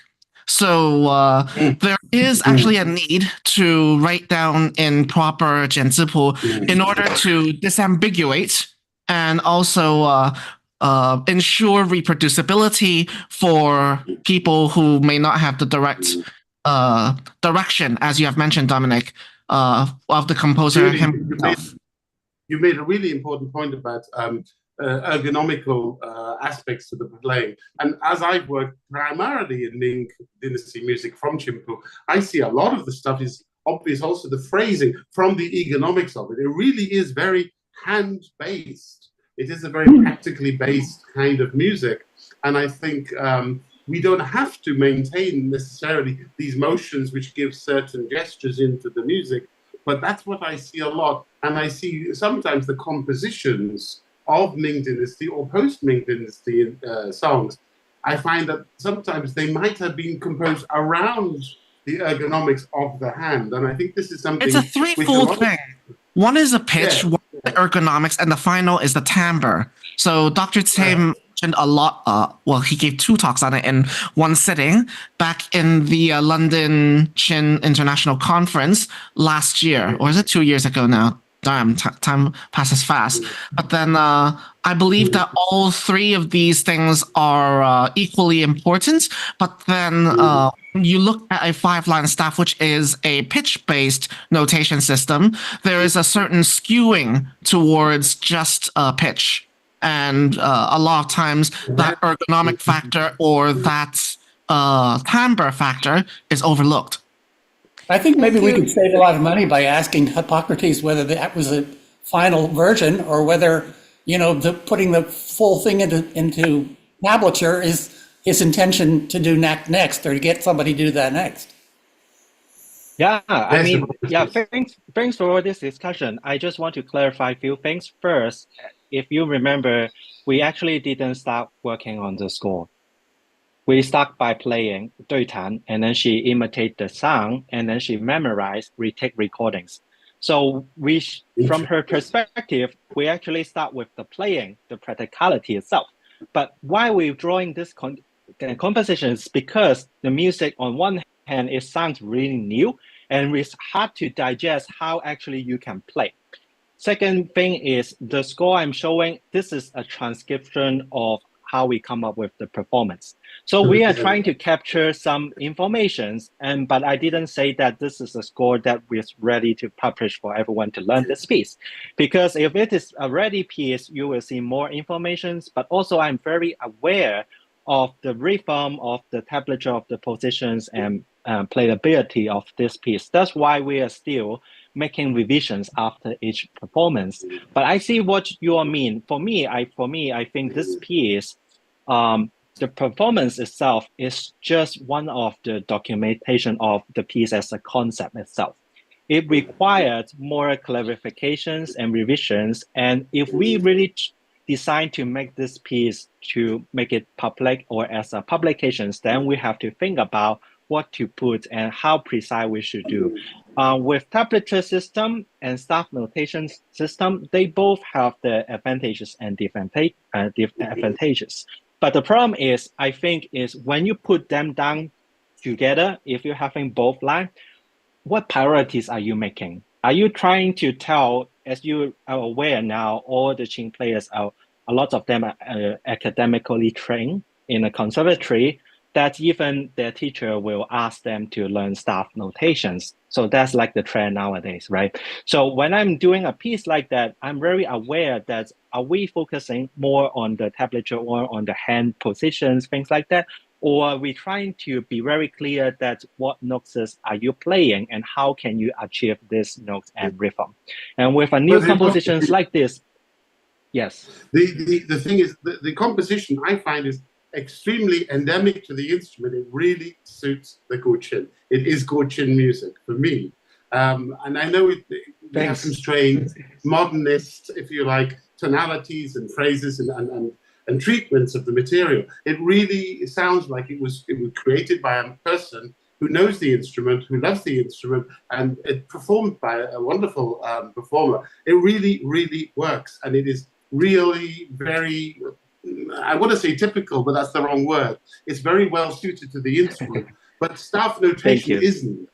And this is the problem. I mean, whatever they're doing at Shanghai Conservatory and whatever they've done in the past, staff notation is very limiting in some ways, and it can assist the Qin Pu, but it's really not a way of thinking. Thinking in do re mi, in solfeggio, kind of works, but thinking in A B C D E, which is what the Westerner is tending to think outside of Latino countries, is thinking in terms of C D E on the staff. This is not really the way. This is not. This is antithetical almost to the instrument. And people like me who have worked, I've worked exclusively with Qinpu, and I've used Dapu, which is where both appear, in order to assist me because my shortcomings in Chinese language, where some things are written in Chinese words for explanation in Qinpu, or when I just don't understand something. And this is where John's work is so very remarkable, that there's a huge body of work, particularly from the Ming Dynasty, where you have the Qinpu with the modern notation to assist the Qinpu reader. But really, like the lutenist reads tablature.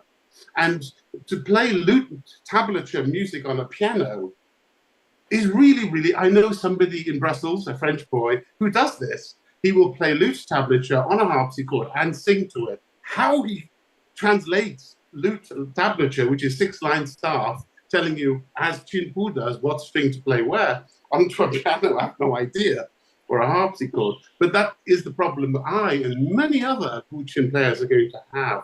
So as you're moving towards publication, and I would ask you please to go that way, I would ask you to publish this, because I think it is a profoundly important contribution to the repertoire for the community internationally, inside and outside of mainland China.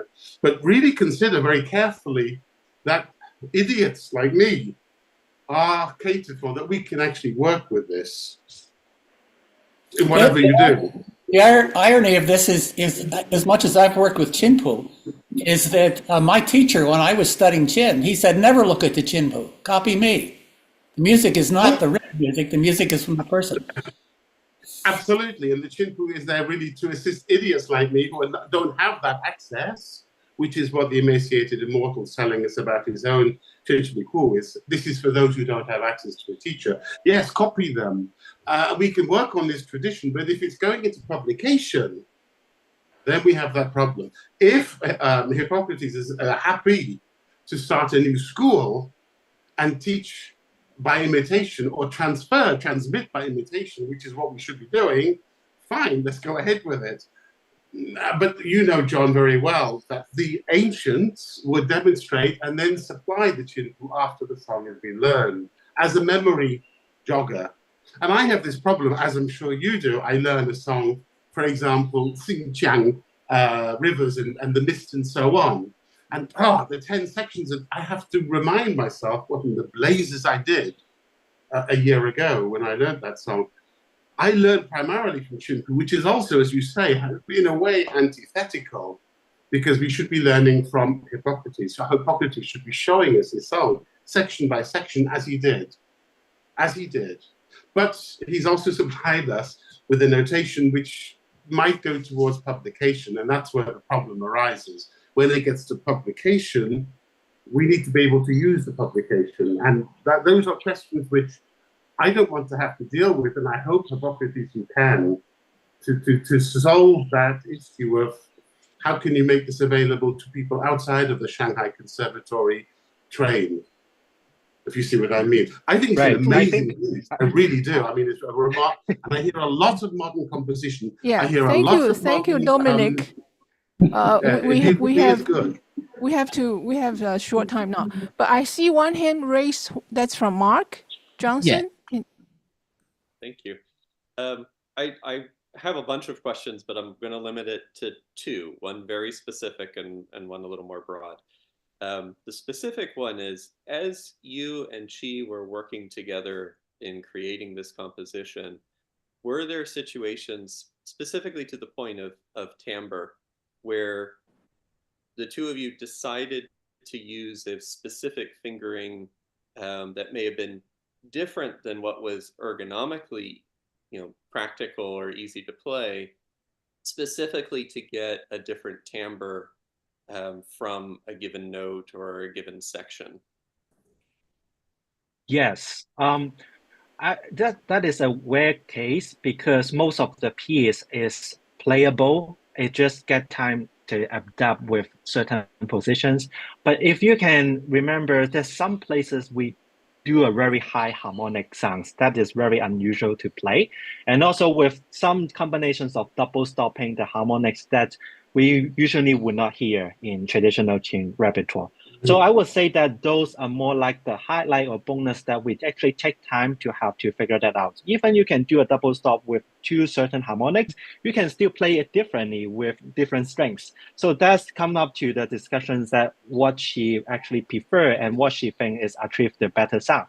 Because this is not just the moments that you play that two notes, but what comes before and after. You're trying to make it in a very smooth positions that your hand can move great and also achieve the sounds as a longer phrase and as a whole. So it is a very interesting process that when we do that, at some point I thought maybe we can play this in this positions, but she said maybe no, because this is things that come before and after. So therefore, maybe we should do this. And then she showed it to me and then I agreed. So to answer your questions, most of the time, we have a very clear sense of where to play and how to play it idiomatically in terms of the technique and sound. But when it's come to some more unusual or high note harmonics, then we have to figure something out.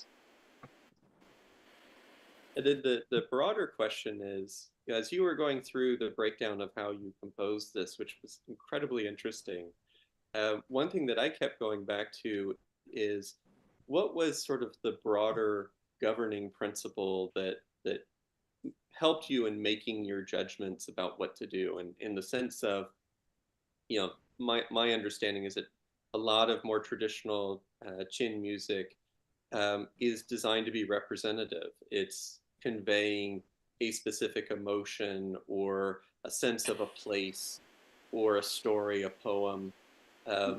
So as you were creating this composition, was there a broader sense? Was there a goal that you were trying to achieve in terms of a specific emotional impact or a story to convey or something that helped you then make the decisions that you were making around structure and composition and so forth? Right, this is an excellent question. When I compose this piece, I actually think about serendipities, like some kinds of subtleness. And I was thinking, I feel like this kind of mood also suit well and somehow with the Qing, the sound of the Qing itself. So when I'm doing that, I actually didn't get a pencil and just put notes, I actually play on the qin before first. So I just keep playing, and then I record myself, and then I listen back to the recordings, see if it makes sense to me or not, and then I do it back and forth. So I actually do it numbers of times before even I made qi, because I think like to write something specifically for qin, you have to kind of try playing the qin first. It's unlike you writing for piano, see all the black and white keys, and okay, you put this note here, you do this harmony. No, I think I'm trying to get rid of that kind of Western compositional thinking, but just to try to develop a connection for myself and the qin and play something. And of course, before that, I already have here lots of traditional repertoires, kind of know how the hands works. But when you come to that specific moment, it's just like a serendipity. Sometimes you get something out, sometimes you didn't, and then you just keep repeating this process until you are kind of satisfied, and then you bring these ideas to your qin friends, which she may have more ideas and she has better techniques that she can tell me, or we can communicate how to do and refine this piece. So at the end, although I'm a composer of this piece, I treat she as kind of like a co-composers or collaborators that we actually create this piece together during a very intense and intimate communications back and forth. Thanks. I think that's really important, Hippocrates, and I've seen this so much in the Western world, with composers asking me to play contemporary compositions as on the page or else, and asking tempi, which are completely impossible. There must, I think, be some kind of collaboration with the new work as it starts to come into the community as a workable item. What we have in our head doesn't necessarily. I know you work with Guqin, but when a Guqin player who specializes in that has to deal with this, there are problems, I'm sure, which you experience. Yeah. And then you can accommodate to each other. I think it's a wonderful attitude. And I'm really looking forward to seeing the published piece. Yeah. And I mean, just a small remark. I do think that either this piece will become a transcription of a performance, or it becomes the published score that everyone should learn.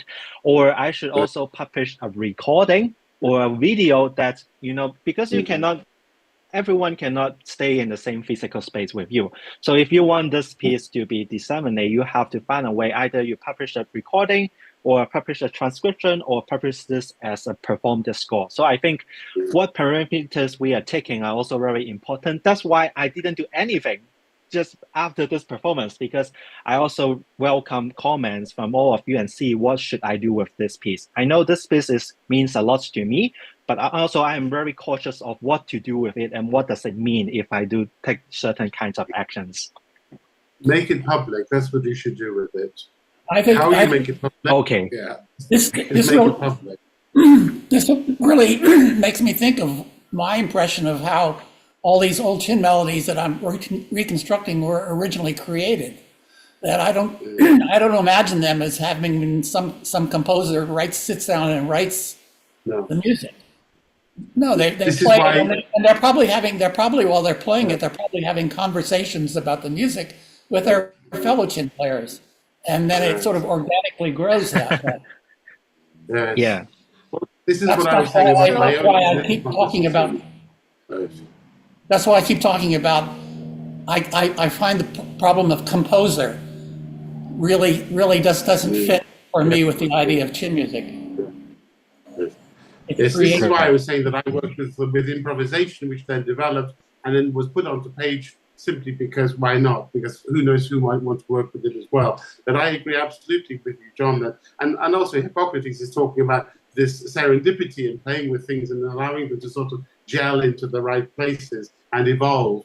But to sit down with a page of music manuscript and compose, I find a very odd notion for Guqin. Very odd. Yeah. It can be done, though. Yes, anything can be done, sure. Why not? And a lot of, I mean, I live in Vietnam, as you can see, the beautiful Monument 81, which takes our lights off at 10 p.m. It's now nearly 1:30 midnight. I'm here in Saigon, and in Saigon, the tradition, unfortunately, is extremely poor quality instruments where they play costume drama music, and that's about all they play. It's ghastly kitsch, And that's what they do. And that is, of course, all through composed on a desk before the movie comes out on Chinese version of Netflix. So yes, it is done. But I'm not sure it's the best way to approach, and not the best way to skin that cat. But Hippocrates tried to make that public some way, even if it's just a video in YouTube to get it out there. Put it in Redbook, put Okay. it in Bilibili. Do This something with definitely it. warrants a lot more discussion. I think we're unfortunately out of time. I think I'll just have one small comment is that we're seeing two very distinctly different approaches to how written Guqin music is being composed right now. One is the fashion designer routine, where people are just describing the looks and design of it, the conservatory approach. And then there's the pattern maker approach, which focuses on the exact measurements and tablature, and so, which is, equivocated with tablature accuracy and so forth. So the truth has to be somewhere in the middle. And I'll just leave it at that for brevity's sake, and we move on to the next object. Yes, we need to move on. Sorry, guys. Because the time now is, I don't know, it's 12:30 here. Sorry, it's because of my time zone difference. This is a very instigating to discussion. I just say two words. I think we need to think about the limits of chain composition, not the composition itself, but what means to be a composer, a chain composer. If you don't discuss that, we cannot envision questions and elaborate more visions about it. But we can follow this discussion by email, I think. And well, we have another composer right now. Thank you, Shainan, for your Thank you, everyone. Beautiful piece. And Jin is from Singapore, but actually today is studying, I don't know, in a master degree or doctorate. Yeah, I'm finishing my master's in Finland. At Sibelius Sibelius Academy. Yes. Majoring in composition. So great. I'm going to be part of the bull's eye for the next. Yes. Okay, now just a quick introduction of myself. Yes. I'm from Singapore, and I had the majority of my training as a composer, both in acoustic and electroacoustic music. And growing up in Singapore, I have both this exposure to Western music and also Chinese music. And I think it's brought me to a unique situation now that I'm in Finland, that I'm really interested in this cross-cultural dialogue between this, and in this case, within myself. How do I deal with these two sides of myself? Do I wear this hat, or am I wearing both hats at the same time? And especially as a composer, how this actually relate to how I put forth my works after. Okay, today let me share my, okay, here. Okay, I hope that everyone can see this clearly. Okay, so here, I'm not actually bringing in a composition. I'm bringing in a composition exercise. And me as a composer, like all of us, we play Guqin, we practice Guqin. But also at the same time, what about composition? Similarly, so this is my own approach in trying to work on writing for Guqin. And this is my own framework that I have worked up. Actually, thanks to Andre. I've been talking to Andre about wanting to compose for Guqin a long time, but hasn't really started until 2 weeks ago. So here's my 2 weeks process of it. So first, I'll share a bit. There are a few limitations that I have just because of the time, is that I do not have enough knowledge about the era and the collections of the different pieces. And so let's work with that from here on. So the first thing I want to share about this working on an exercise for Guqin composition is that I'll quote a colleague of mine that's doing this research into cross-cultural collaboration between his Brazilian and Western classical. So there's this mechanical. So in mechanical, it goes down to what's the dynamic, articulation. So in actual physical fact, strength of plucking, how we pluck. Do we pluck before we reach the note, or do we reach the note then we pluck? How do we give accents? How do we not give accents? How do we play with this dimension? So then next, the technique and gestures. So picking combination techniques or individual plucking technique. And also that comes down to speed of plucking. And that also translates to tempo and all that. And then the other thing is, since we have right, now we also can pick on the left hand specifically. In this case, we have a lot of sliding up and down. However, sliding, we can do it slow, we can do it fast. We can transition from slow to fast within one single gesture, or fast to slow within a single gesture. So there's a lot of all these elements that could be picked out, chosen, and used as an exercise to compose, to actually, one way, for me as a composer, to understand how I can compose for Guqian, and also for me to also improve my own technique myself, putting all this into very specific restriction. However, as I was working on my first exercise, I was not as religious as I would like to be. So the next part of it is the cultural aspect. So as I was talking about not having enough research into the era and the collection of pieces, however, I want to propose this thought. Can we choose specific collections of pieces and use it as a material to replicate how to compose using those as the reference? So there's collections of pieces and also the era of the selected pieces. Could we collate all that's composed in, let's say, Ming Dynasty or Tang Dynasty and all that, and then find out what are the things that are within it that we could use as the benchmark to play with, to understand Guqin better. So this is perhaps using composition as a tool to understand Qian from a different perspective as the creator. And there's also yet another element, the different sect, the different menpai, tendency in their interpretation. So this goes into the traditional form, tuning system, and scales and pitches and all that. And one sect could vastly be different from the other, as everyone knows here. And one thing about this collection and era, there's just so much to dig into. Each collection could be a PhD by itself. And we don't have all that much time to go into everything. So this is something that really could ride on everyone's expertise. And in this situation of a sect tendency, perhaps choosing a single Guqian master, and just look at the way he interprets and use that as the tools for the composition exercise. So just now I was talking about this mechanical thing. So we could also look at it as some sort of writing etudes, writing variations for Guqian. And on top of technique, gesture, pitches, all those elements, we could also choose specific aesthetic and then compose something to try to understand that aesthetic. And maybe I would like to compare this understanding of aesthetic to just like tasting the flavors of strawberry. We can never explain how strawberry tastes like. But all we have to do, once we taste it, we know it. So the same thing with this aesthetics from this Xishan Qinghuang. So using composition yet as another tool to understand aesthetics. And then here it comes down to the traditional and the non-traditional. Idiomatic, unidiomatic. What fits the hand, what doesn't fit the hand. Perhaps you could do both.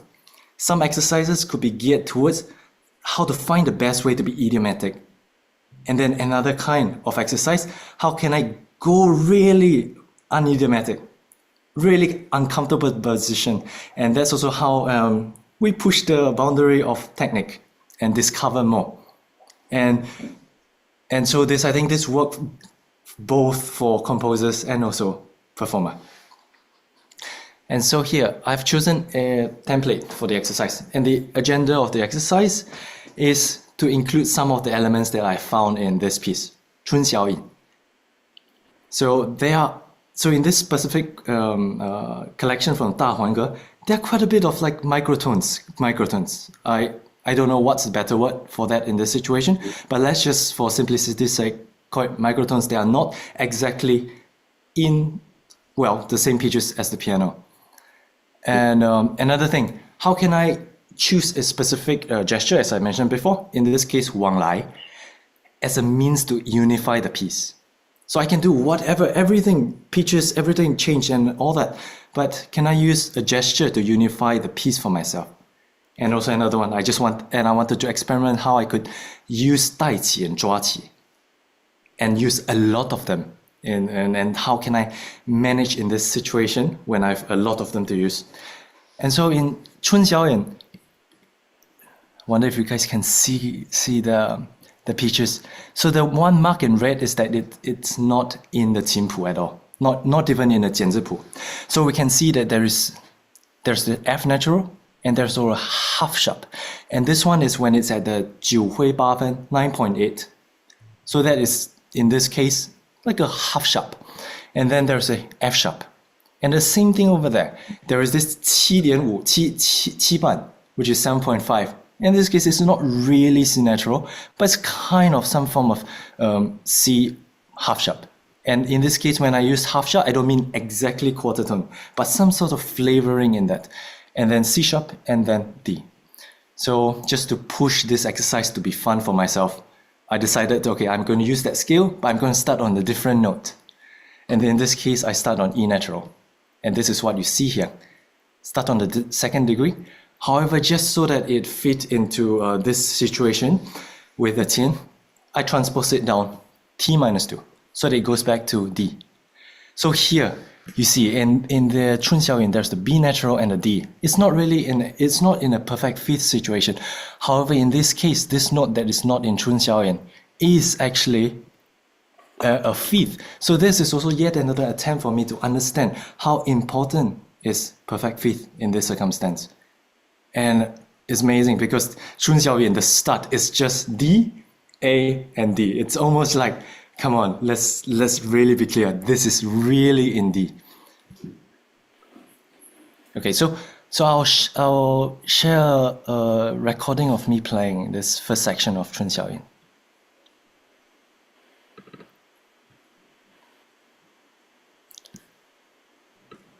Okay, let me know if you can hear it. No, I've not shared the sound.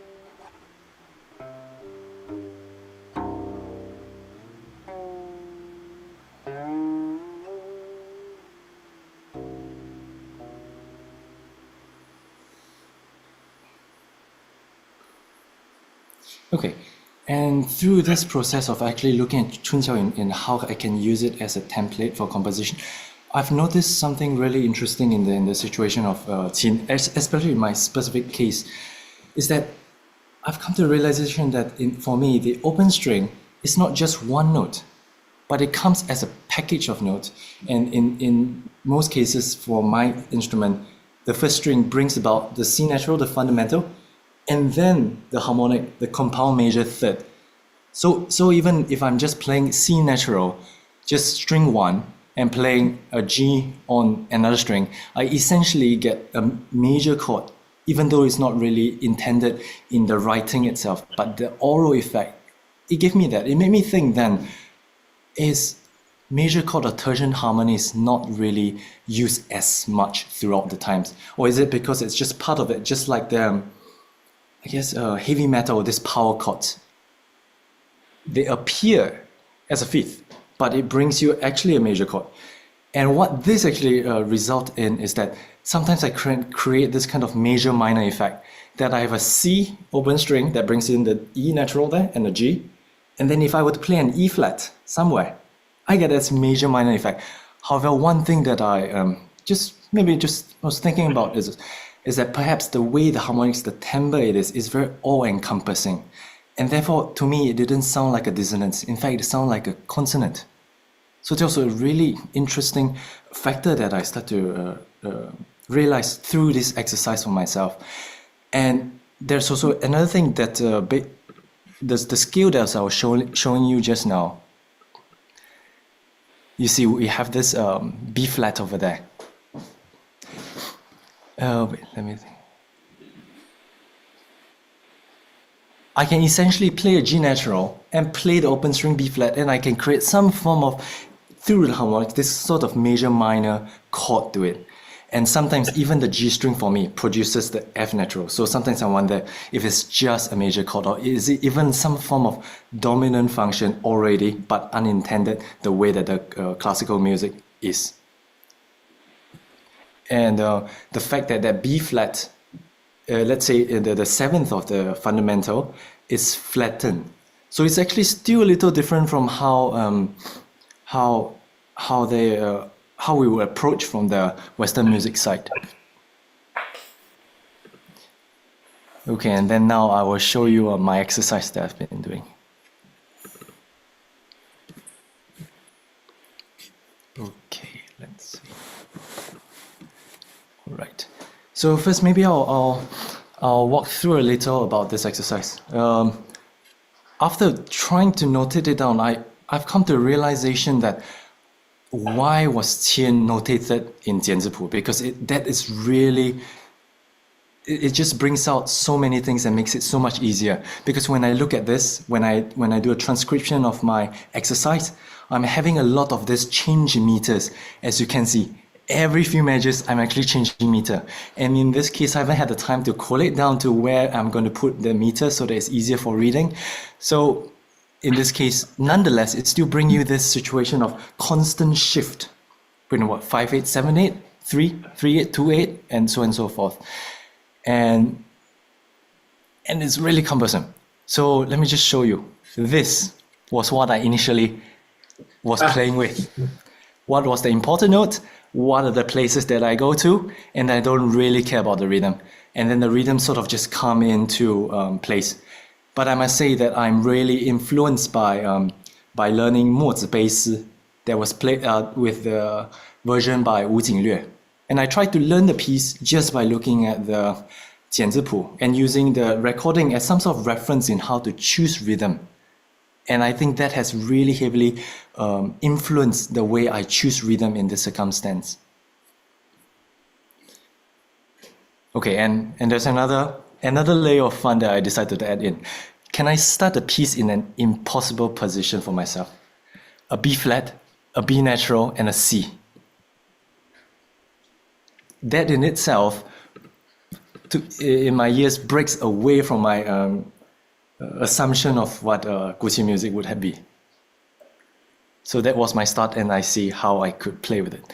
And so here's a recording of myself doing it.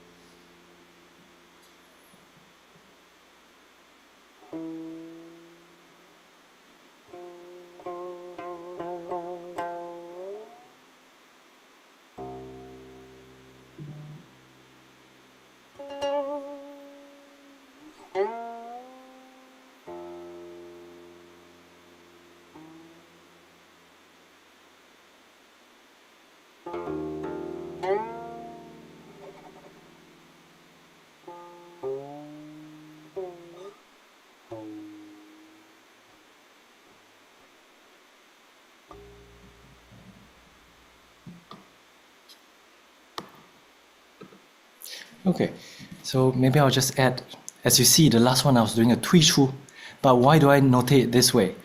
It's because I come to realize that most of the time when we are doing tui chu, we try to aim downwards so we get more fundamental.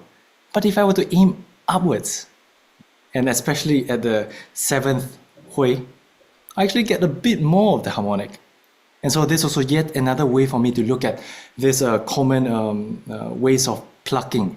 How else can I play with them just for my own exploration and fun?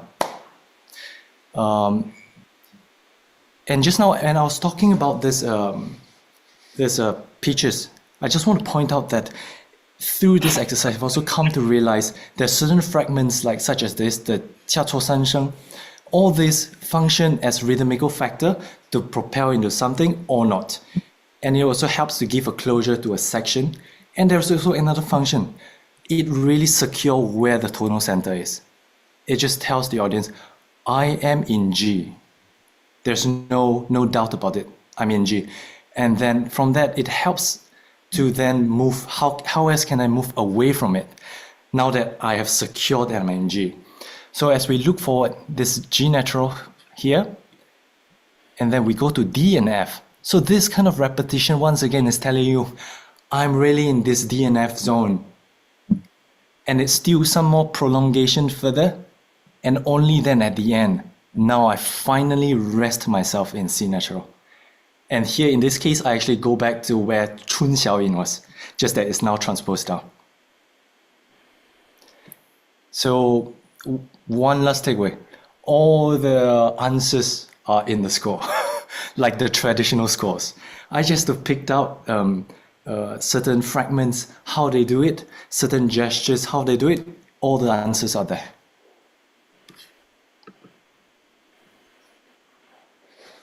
Thank you, Chi. Thank you. His questions? Yeah. Could I make a point about the last three staves that you have? Sure. I really, because when I saw that, I was literally laughing out loud, as one says. The last three staves here, if you scroll up for me, if you were to look up, down, actually, I think. Down, okay. Yes. Okay. You mean this last portion? Exactly.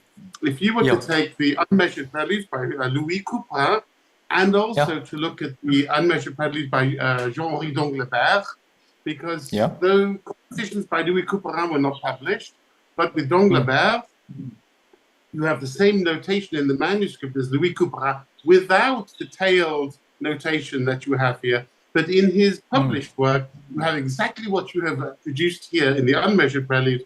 You have whole note notation plus tailed notation to assist the reader who is now reading the published work. This is 17th century harpsichord notation. This, for me, is completely legible because of my work in the world of harpsichords.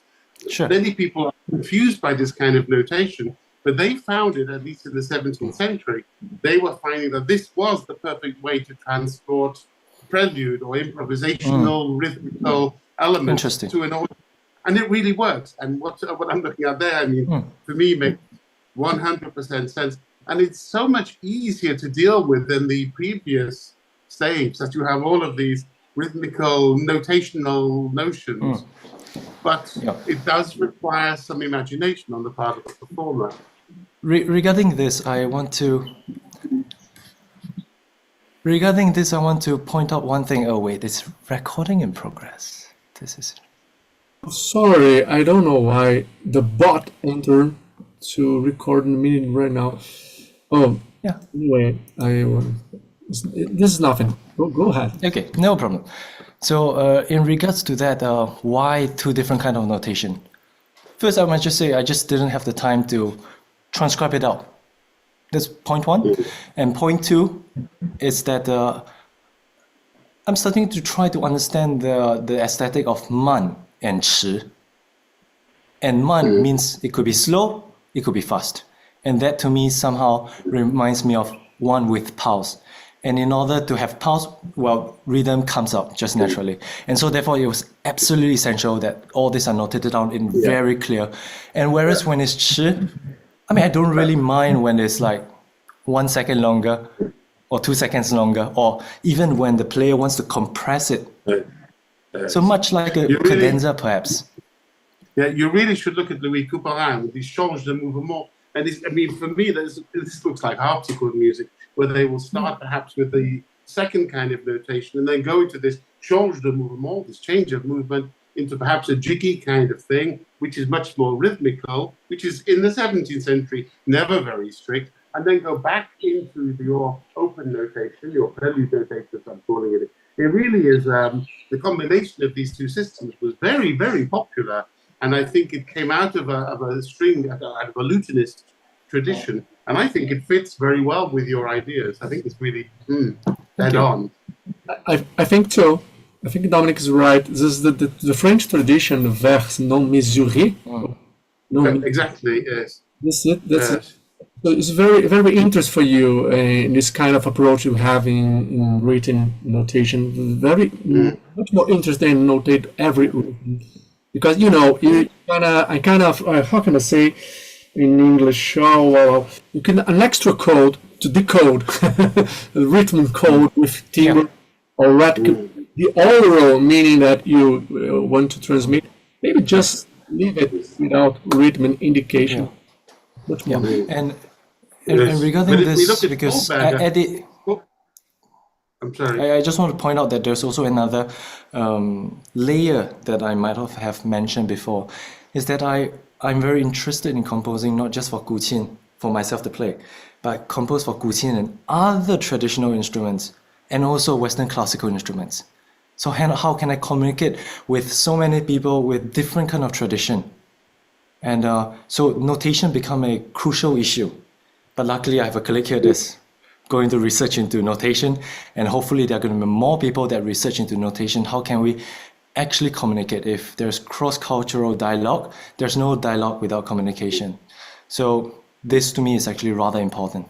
I think it's important, we live in modern times that all the musicians share the video along with music.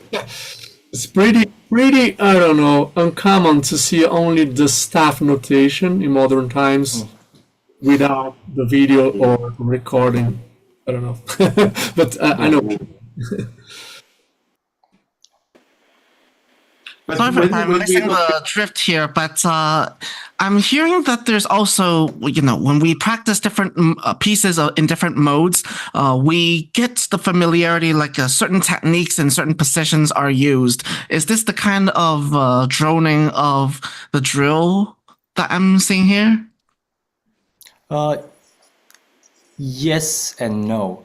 So yes, it does offer that for me, but at the same time, that's not the only ideal situation, because in this case it's quite idiomatic. However, can I do this in the unidiomatic way? That's really difficult. Can I play this without using open strings? And can I go to do all that like spider web way of playing it? And that I'm also very interested in. And that too would be a totally opposite situation as to familiarization with the specific scale or mode.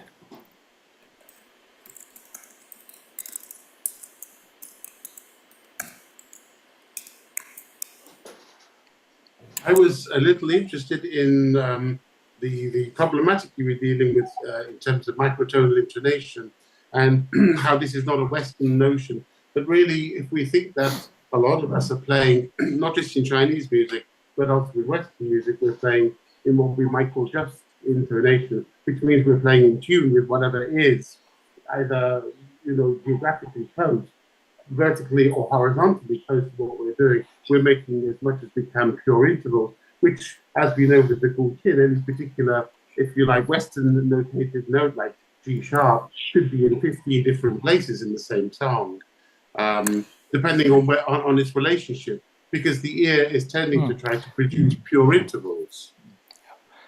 Regarding that, when I'm playing my tune, if I'm playing alone, I don't really care what my fifth string is. It can be G, it could be sharper than G, it could be whatever. All I'm interested in these microtones are relativity to what Well, I this is tuned the exactly, fifth yeah. string into. Yes. Yes, but this is what just intonation is all about. It's about, pure intervals, thirds, fifths, fourths, sevenths, and how they fit in. You've also talked about harmonics and how the harmonics are sometimes playing against each other. I see this as quite intentional in hand dynasty music, quite intentional that vibrato is produced by harmonics which are slightly out of tune due to inharmonicity on thicker strings which are overwound. But you're using the interesting color, the vermilion strings. I don't know what they are, but when we're talking about historical music and playing that and listening to overtones, I think if we're not using historical strings, we can't really discuss historical overtones in the strings, that is the harmonics being produced. I imagine, and I don't work with steel strings, I imagine that modern steel strings, synthetic strings and composite and so on, all have different harmonic colors than do silk strings. So I can't really talk about that, but I think that should be mentioned. I think it's interesting that you point out because in the agenda of all this, it's not really to compose a historically correct piece. It's just a practice. It's not. No, Yes. it's not. I could use that as a reference for my own study, but this is just to practice how to compose. So those information could be useful when they are relevant to the specific agenda of, let's say, there's a piece that I want to really be really religious and follow, let's say, a Ming Dynasty scale and how they deal with the note between note and how they transfer from notes to note. Then in that case, that will be absolutely essential, and you're absolutely right on that. But I think we have to be concerned if we're composing music where we're intending to get certain kinds of harmonics, that might not be the case on all instruments that you're going to be exposing the public to. It might not work with some strings, for example. Those harmonics And I might accept have that. It's just like just that we're organ. aware. There are multiple types of organ, and then there's a piece that might not function in this kind of organ, and I accept that. It's fine. To some extent, that's the role of the player to then step in and say, Perfect, okay, exactly. This Yeah. instrument with these strings, I need to somehow get them unified to work together and not undermine one another. Actually, great point. This collaboration with people. Yes.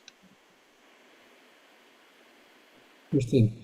And we've reached the 3-hour Yati, but we have, I think, an extra 10 minutes to discuss something. If anyone has Jin, Gino, on your selection of notes, and you were talking about, I think, distinguishing some, how do you say, microtones? Yeah. Is that something you got from the Qinpu itself? Yes, the 大欢歌琴谱. But I think that, I mean, when they talk about 7/3, they're not talking about the geographical spot.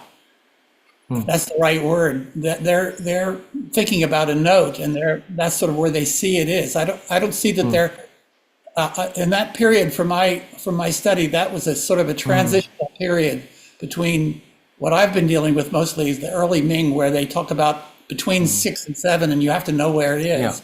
To today, where they try to do really precise with a decimal system, and that in the Dahuangge, they were sort of in a transitional period where they're sort of feeling out where it would be, but it's still not, that's 7/3. This doesn't mean 7.3 the way we would mean it today.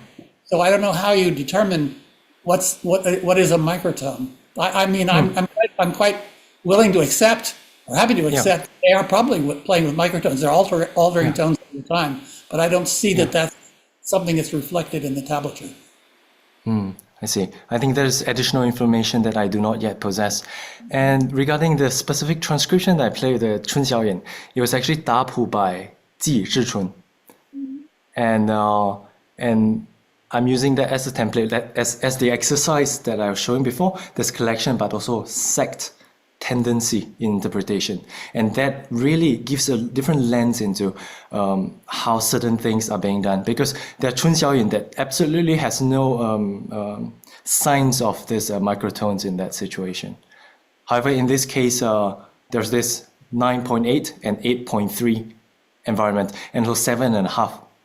I would like to hope that there is more flavors to it, because indeed it brings so much more flavor, and especially this the use of vibrato, this yin now, it allows us to add in additional kind of color and notes, even if it's not there. Like just now I was showing that in the entire score, there's not one part that actually shows a B natural in the 大黄歌清谱 of this 春晓引. However, there are places with when it's on the A and you can do a 撞 or you could do a now. And in those cases, as a player, I might want to add my one's own interpretation to that and add those additional flavors. Right. What do you think of that? Yeah, that's absolutely. I'm also the earlier question about the person being somebody might say you have to be a chin player in order to compose for the chin. The piece that I just finished doing a recording of called Song of Tea, Chaga, from Li Xingwen has a number of notes that has a number of places where it seems to me maybe this was created by somebody who was not really a chin player. The fingering can be a bit awkward. There are places where he's talking about the place playing being a little bit higher, shang, and it's really not very clear exactly where it is. And when I play it, I feel it really sounds good to me. And I'd like to think it's not just because I'm Westerner, but because I've heard a lot of early Ming music where clearly he's looking to alter the tones to give those microtones in there. But it's not really something in right into the chin pool. Yeah. And with that regard, would you want to add those flavor ins? Well, if you listen to my recording, you'll hear, Sorry, I will listen right after this. Yes, I think that, I mean, obviously, here's another example I would say. Ding in. What is ding in? Ding in means ding, don't move. A ding in, and it's explained. I found something, I can't remember where, by you don't move your finger, you let the pulse of your blood provide the vibrato. Aha. And, okay. And cool. when I play a note, sometimes if I play an open string with silk strings in particular, it's not a stable sound. It will wander around a little bit as the overtones play. I see. And, okay. and I when I see a ding in, I might sort of try to move my finger just a little bit, the way I'm feeling the tones going up and down from the vibration, from the decay of the overtones. And that's, but that's, I don't see how, a lot of that stuff cannot be written in the tablature, but I think it's probably there because they like to play around down. True. Right. And I think I would be really interested to play with those elements as well. Because in current situation, a lot of times if we are playing acoustically, then people have to be very close to us. Then maybe, only maybe, can they detect all those subtleties. And there's this one thing that I've been trying to experiment from the perspective of electroacoustic. How can I mic up the qin? There are times where we use the microphone in different position. And recently I tried, can I use a contact microphone and then stick it onto the surface of qin to actually just to capture the frictional sound or those sound that you would be lost otherwise through natural oral hearing, especially from a distance, and mix it very specifically so that we can try to create an attempt to recreate how it feels like for the player. Yeah. Hello, Dominic, you're muted. Okay, I'm sorry. I think close microphoning is very dangerous. I have micro diaphragm condenser microphones, which will go, they're about 1.5 feet long. They'll go right under and into a guqin, but the sound is so unrealistic. You have every single mechanical sound getting in there. I think it's a very dangerous thing. I think John has probably somewhere that he keeps his microphones up just a bit more than 1 meter away. And that's exactly what I do. I have them pointing down at the instrument about a meter away. I have 4 mics that I use. And I think if you're using something like the Decker tree, I call it the Eki tree because I'm Eckersley. I use 4 microphones. They use 3, one of which is the stereo mic. Decker being the big recording studio back in Berlin. That really works very well when you have 2 parallel mics and something in the middle to grab what's in the middle. But keep them about a meter away. Otherwise, you're going to get every single extraneous sound, and you're going to have to add reverb and all sorts of nonsense. That's my feeling. That's an interesting point, and I want to add on to what you just said. Is that even when we have the same tune, we play on a different table, different room, it sounds different. So with that, we already accept that it can sound different, and it's fine that it sounds different. And so even with this miking up and all that, I think it just goes with the acceptance that it's going to be different, and that's fine. Yeah, and that's part of the dynamic. And I think one has to be also very careful. Am I muted again? I think one has to be very careful with post-production issues as well when these start getting involved, and they completely transform the sounds of the instrument. I did a recording recently, a live recording out in a slight depression, and not a very big depression, on the Erhai Lake in Dali in Yunnan province. And I was surprised I had the microphones, only 2, in a Zoom H4n, pointing at the instrument about a meter away on the floor, pointing up at the openings, and the instrument on my lap, no table. And I got a really, really good sound. So I think we have to be careful also with the tables that can produce a lot of resonance. I see a lot of people putting Zooms and microphones onto tables, and that can only be problematic with the impact. I mean, those kind of things, we really do need a professional mixer and sound recording artist to do that. And I'm actually quite curious, John, how did that process go with the recording? Sorry, which recording? The one that you spoke about just now. How did you deal with recording? As Dominic said, I have a microphone that's about a yard away, a meter away. And I have a room that's fairly soundproof. But your sound, John, is really quite pure. It really sounds to me like I'm not playing the instrument, no, but I'm listening to you playing it in the same room. That's what I want to hear. We also have to be careful about left and right. When I'm recording myself and I'm preparing and I'm using headphones to make sure everything's working, I twist the headphones round so that I've got the right in the left and the left in the right. So I'm hearing what the audience would be hearing if I were on the other side of the instrument, not where I'm playing. And I think regarding this, I'm rather curious because the sound hole happens this way downwards. So the sound comes out this way. So whether it's right or left for you from a distance, does it really matter? Or should we mix it down to a mono channel? When you're running your finger down a string, and I feel it going right to left, and then if I've got right and left mixed up, and I'm listening to it myself from my microphones, I'm hearing it go from left to right, and it gets. It sounds like a microphone choice of technique. But it sounds to me like what you're saying, Dominic, is that if I listen to the recording of that slide, it's going to seem like you are yourself physically moving from right to left as you play. That too. And that's going to be weird. I mean, it's fun, but kind of weird. Yes. Yeah. But I think if you have the microphones on the other side and you're careful to ensure that you're not picturing yourself when you're listening to a recording, picturing yourself sitting at it, but picture yourself sitting opposite it, so that the right microphone is picking up the right from that side, so that the audience member is hearing it. And I had this at first with the harpsichord when I was doing recordings, and it took me a while to realize, my God, why is the bass always in the right side? Because I'm used to hearing it the opposite way around from that position. And I think these are I don't think we need amazing recording technicians. John's sound is really quite remarkable. It sounds very pure. And I don't think we need to go too crazy. The more you get involved with recording studios and the more they start cutting and messing around with the knobs, it gets really precarious.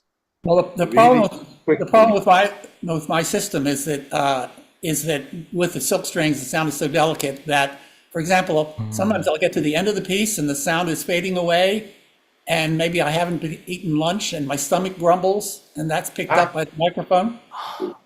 Yeah. I had the problem with breathing that people said, wow, that's interesting breathing. And of course, my breathing is being irregular because I had been cutting between 4 takes. Sometimes one has to do that, you know, and then the breathing is interrupted. So Right, when I was doing some of my recordings, I wore a handkerchief over my mouth to remind me not to go. There's something that happens to me as well. But I don't seem to have had that problem recently, keeping the microphones where I am at the moment. I don't seem to pick up my breathing. Perhaps my breathing is not so heavy. But these are all little silly things, you know. It's all fun of the game, I think. Well, I think we need to end our meeting because the time now, and now we have 3 hours and almost 20 minutes, and I think we have a lot of significant discussion about composition, which is very, very useful to us to think about. And I'd like to thank you all of you, Nina, Dominic, Chinan, and Ching, for this remarkable meeting. It was very, very fundamental. And a few words before, I'd like to thank Fei Al to help to organize this, inviting Chinan. And the questions, I saved all our discussions on the chat, and I will share the recording soon. And I think this is the last meeting of this year, and next year we have I don't know, new programs coming up. And so that's it. I'd like thank you everyone. Thank you very much for organizing it, putting it all together, keeping it going. Yeah. And for inviting me as well. Thank you. Yeah, Great discussion. Great discussion, I think so. Yeah, thank you, Andre. And I just want to say that next Saturday we have in-person Yaji at John Thompson's place. Excellent. And if you are Right. available, welcome to join. Sorry, I don't have a transporting machine for people that are. Yeah, you and I are. I'm the first. Am I the furthest in Saigon from you? Probably. Who's it? Somebody in Hong Kong? No, I think I'm the. Who's in Hong Kong? Singapore is farther than Hong Kong. Yeah, but I mean, Singapore. Finland, so slightly closer. Saigon's pretty far. But yeah, the time, I mean, I have here 1:19 in the morning. I should have been in bed 2 hours ago. Such fun, though. It was such a wonderful meeting. Thank you very much. Thank you. Thank you. And Looking thank you, forward Nina. to bring something substantial to the table next time. Yeah. So, see you.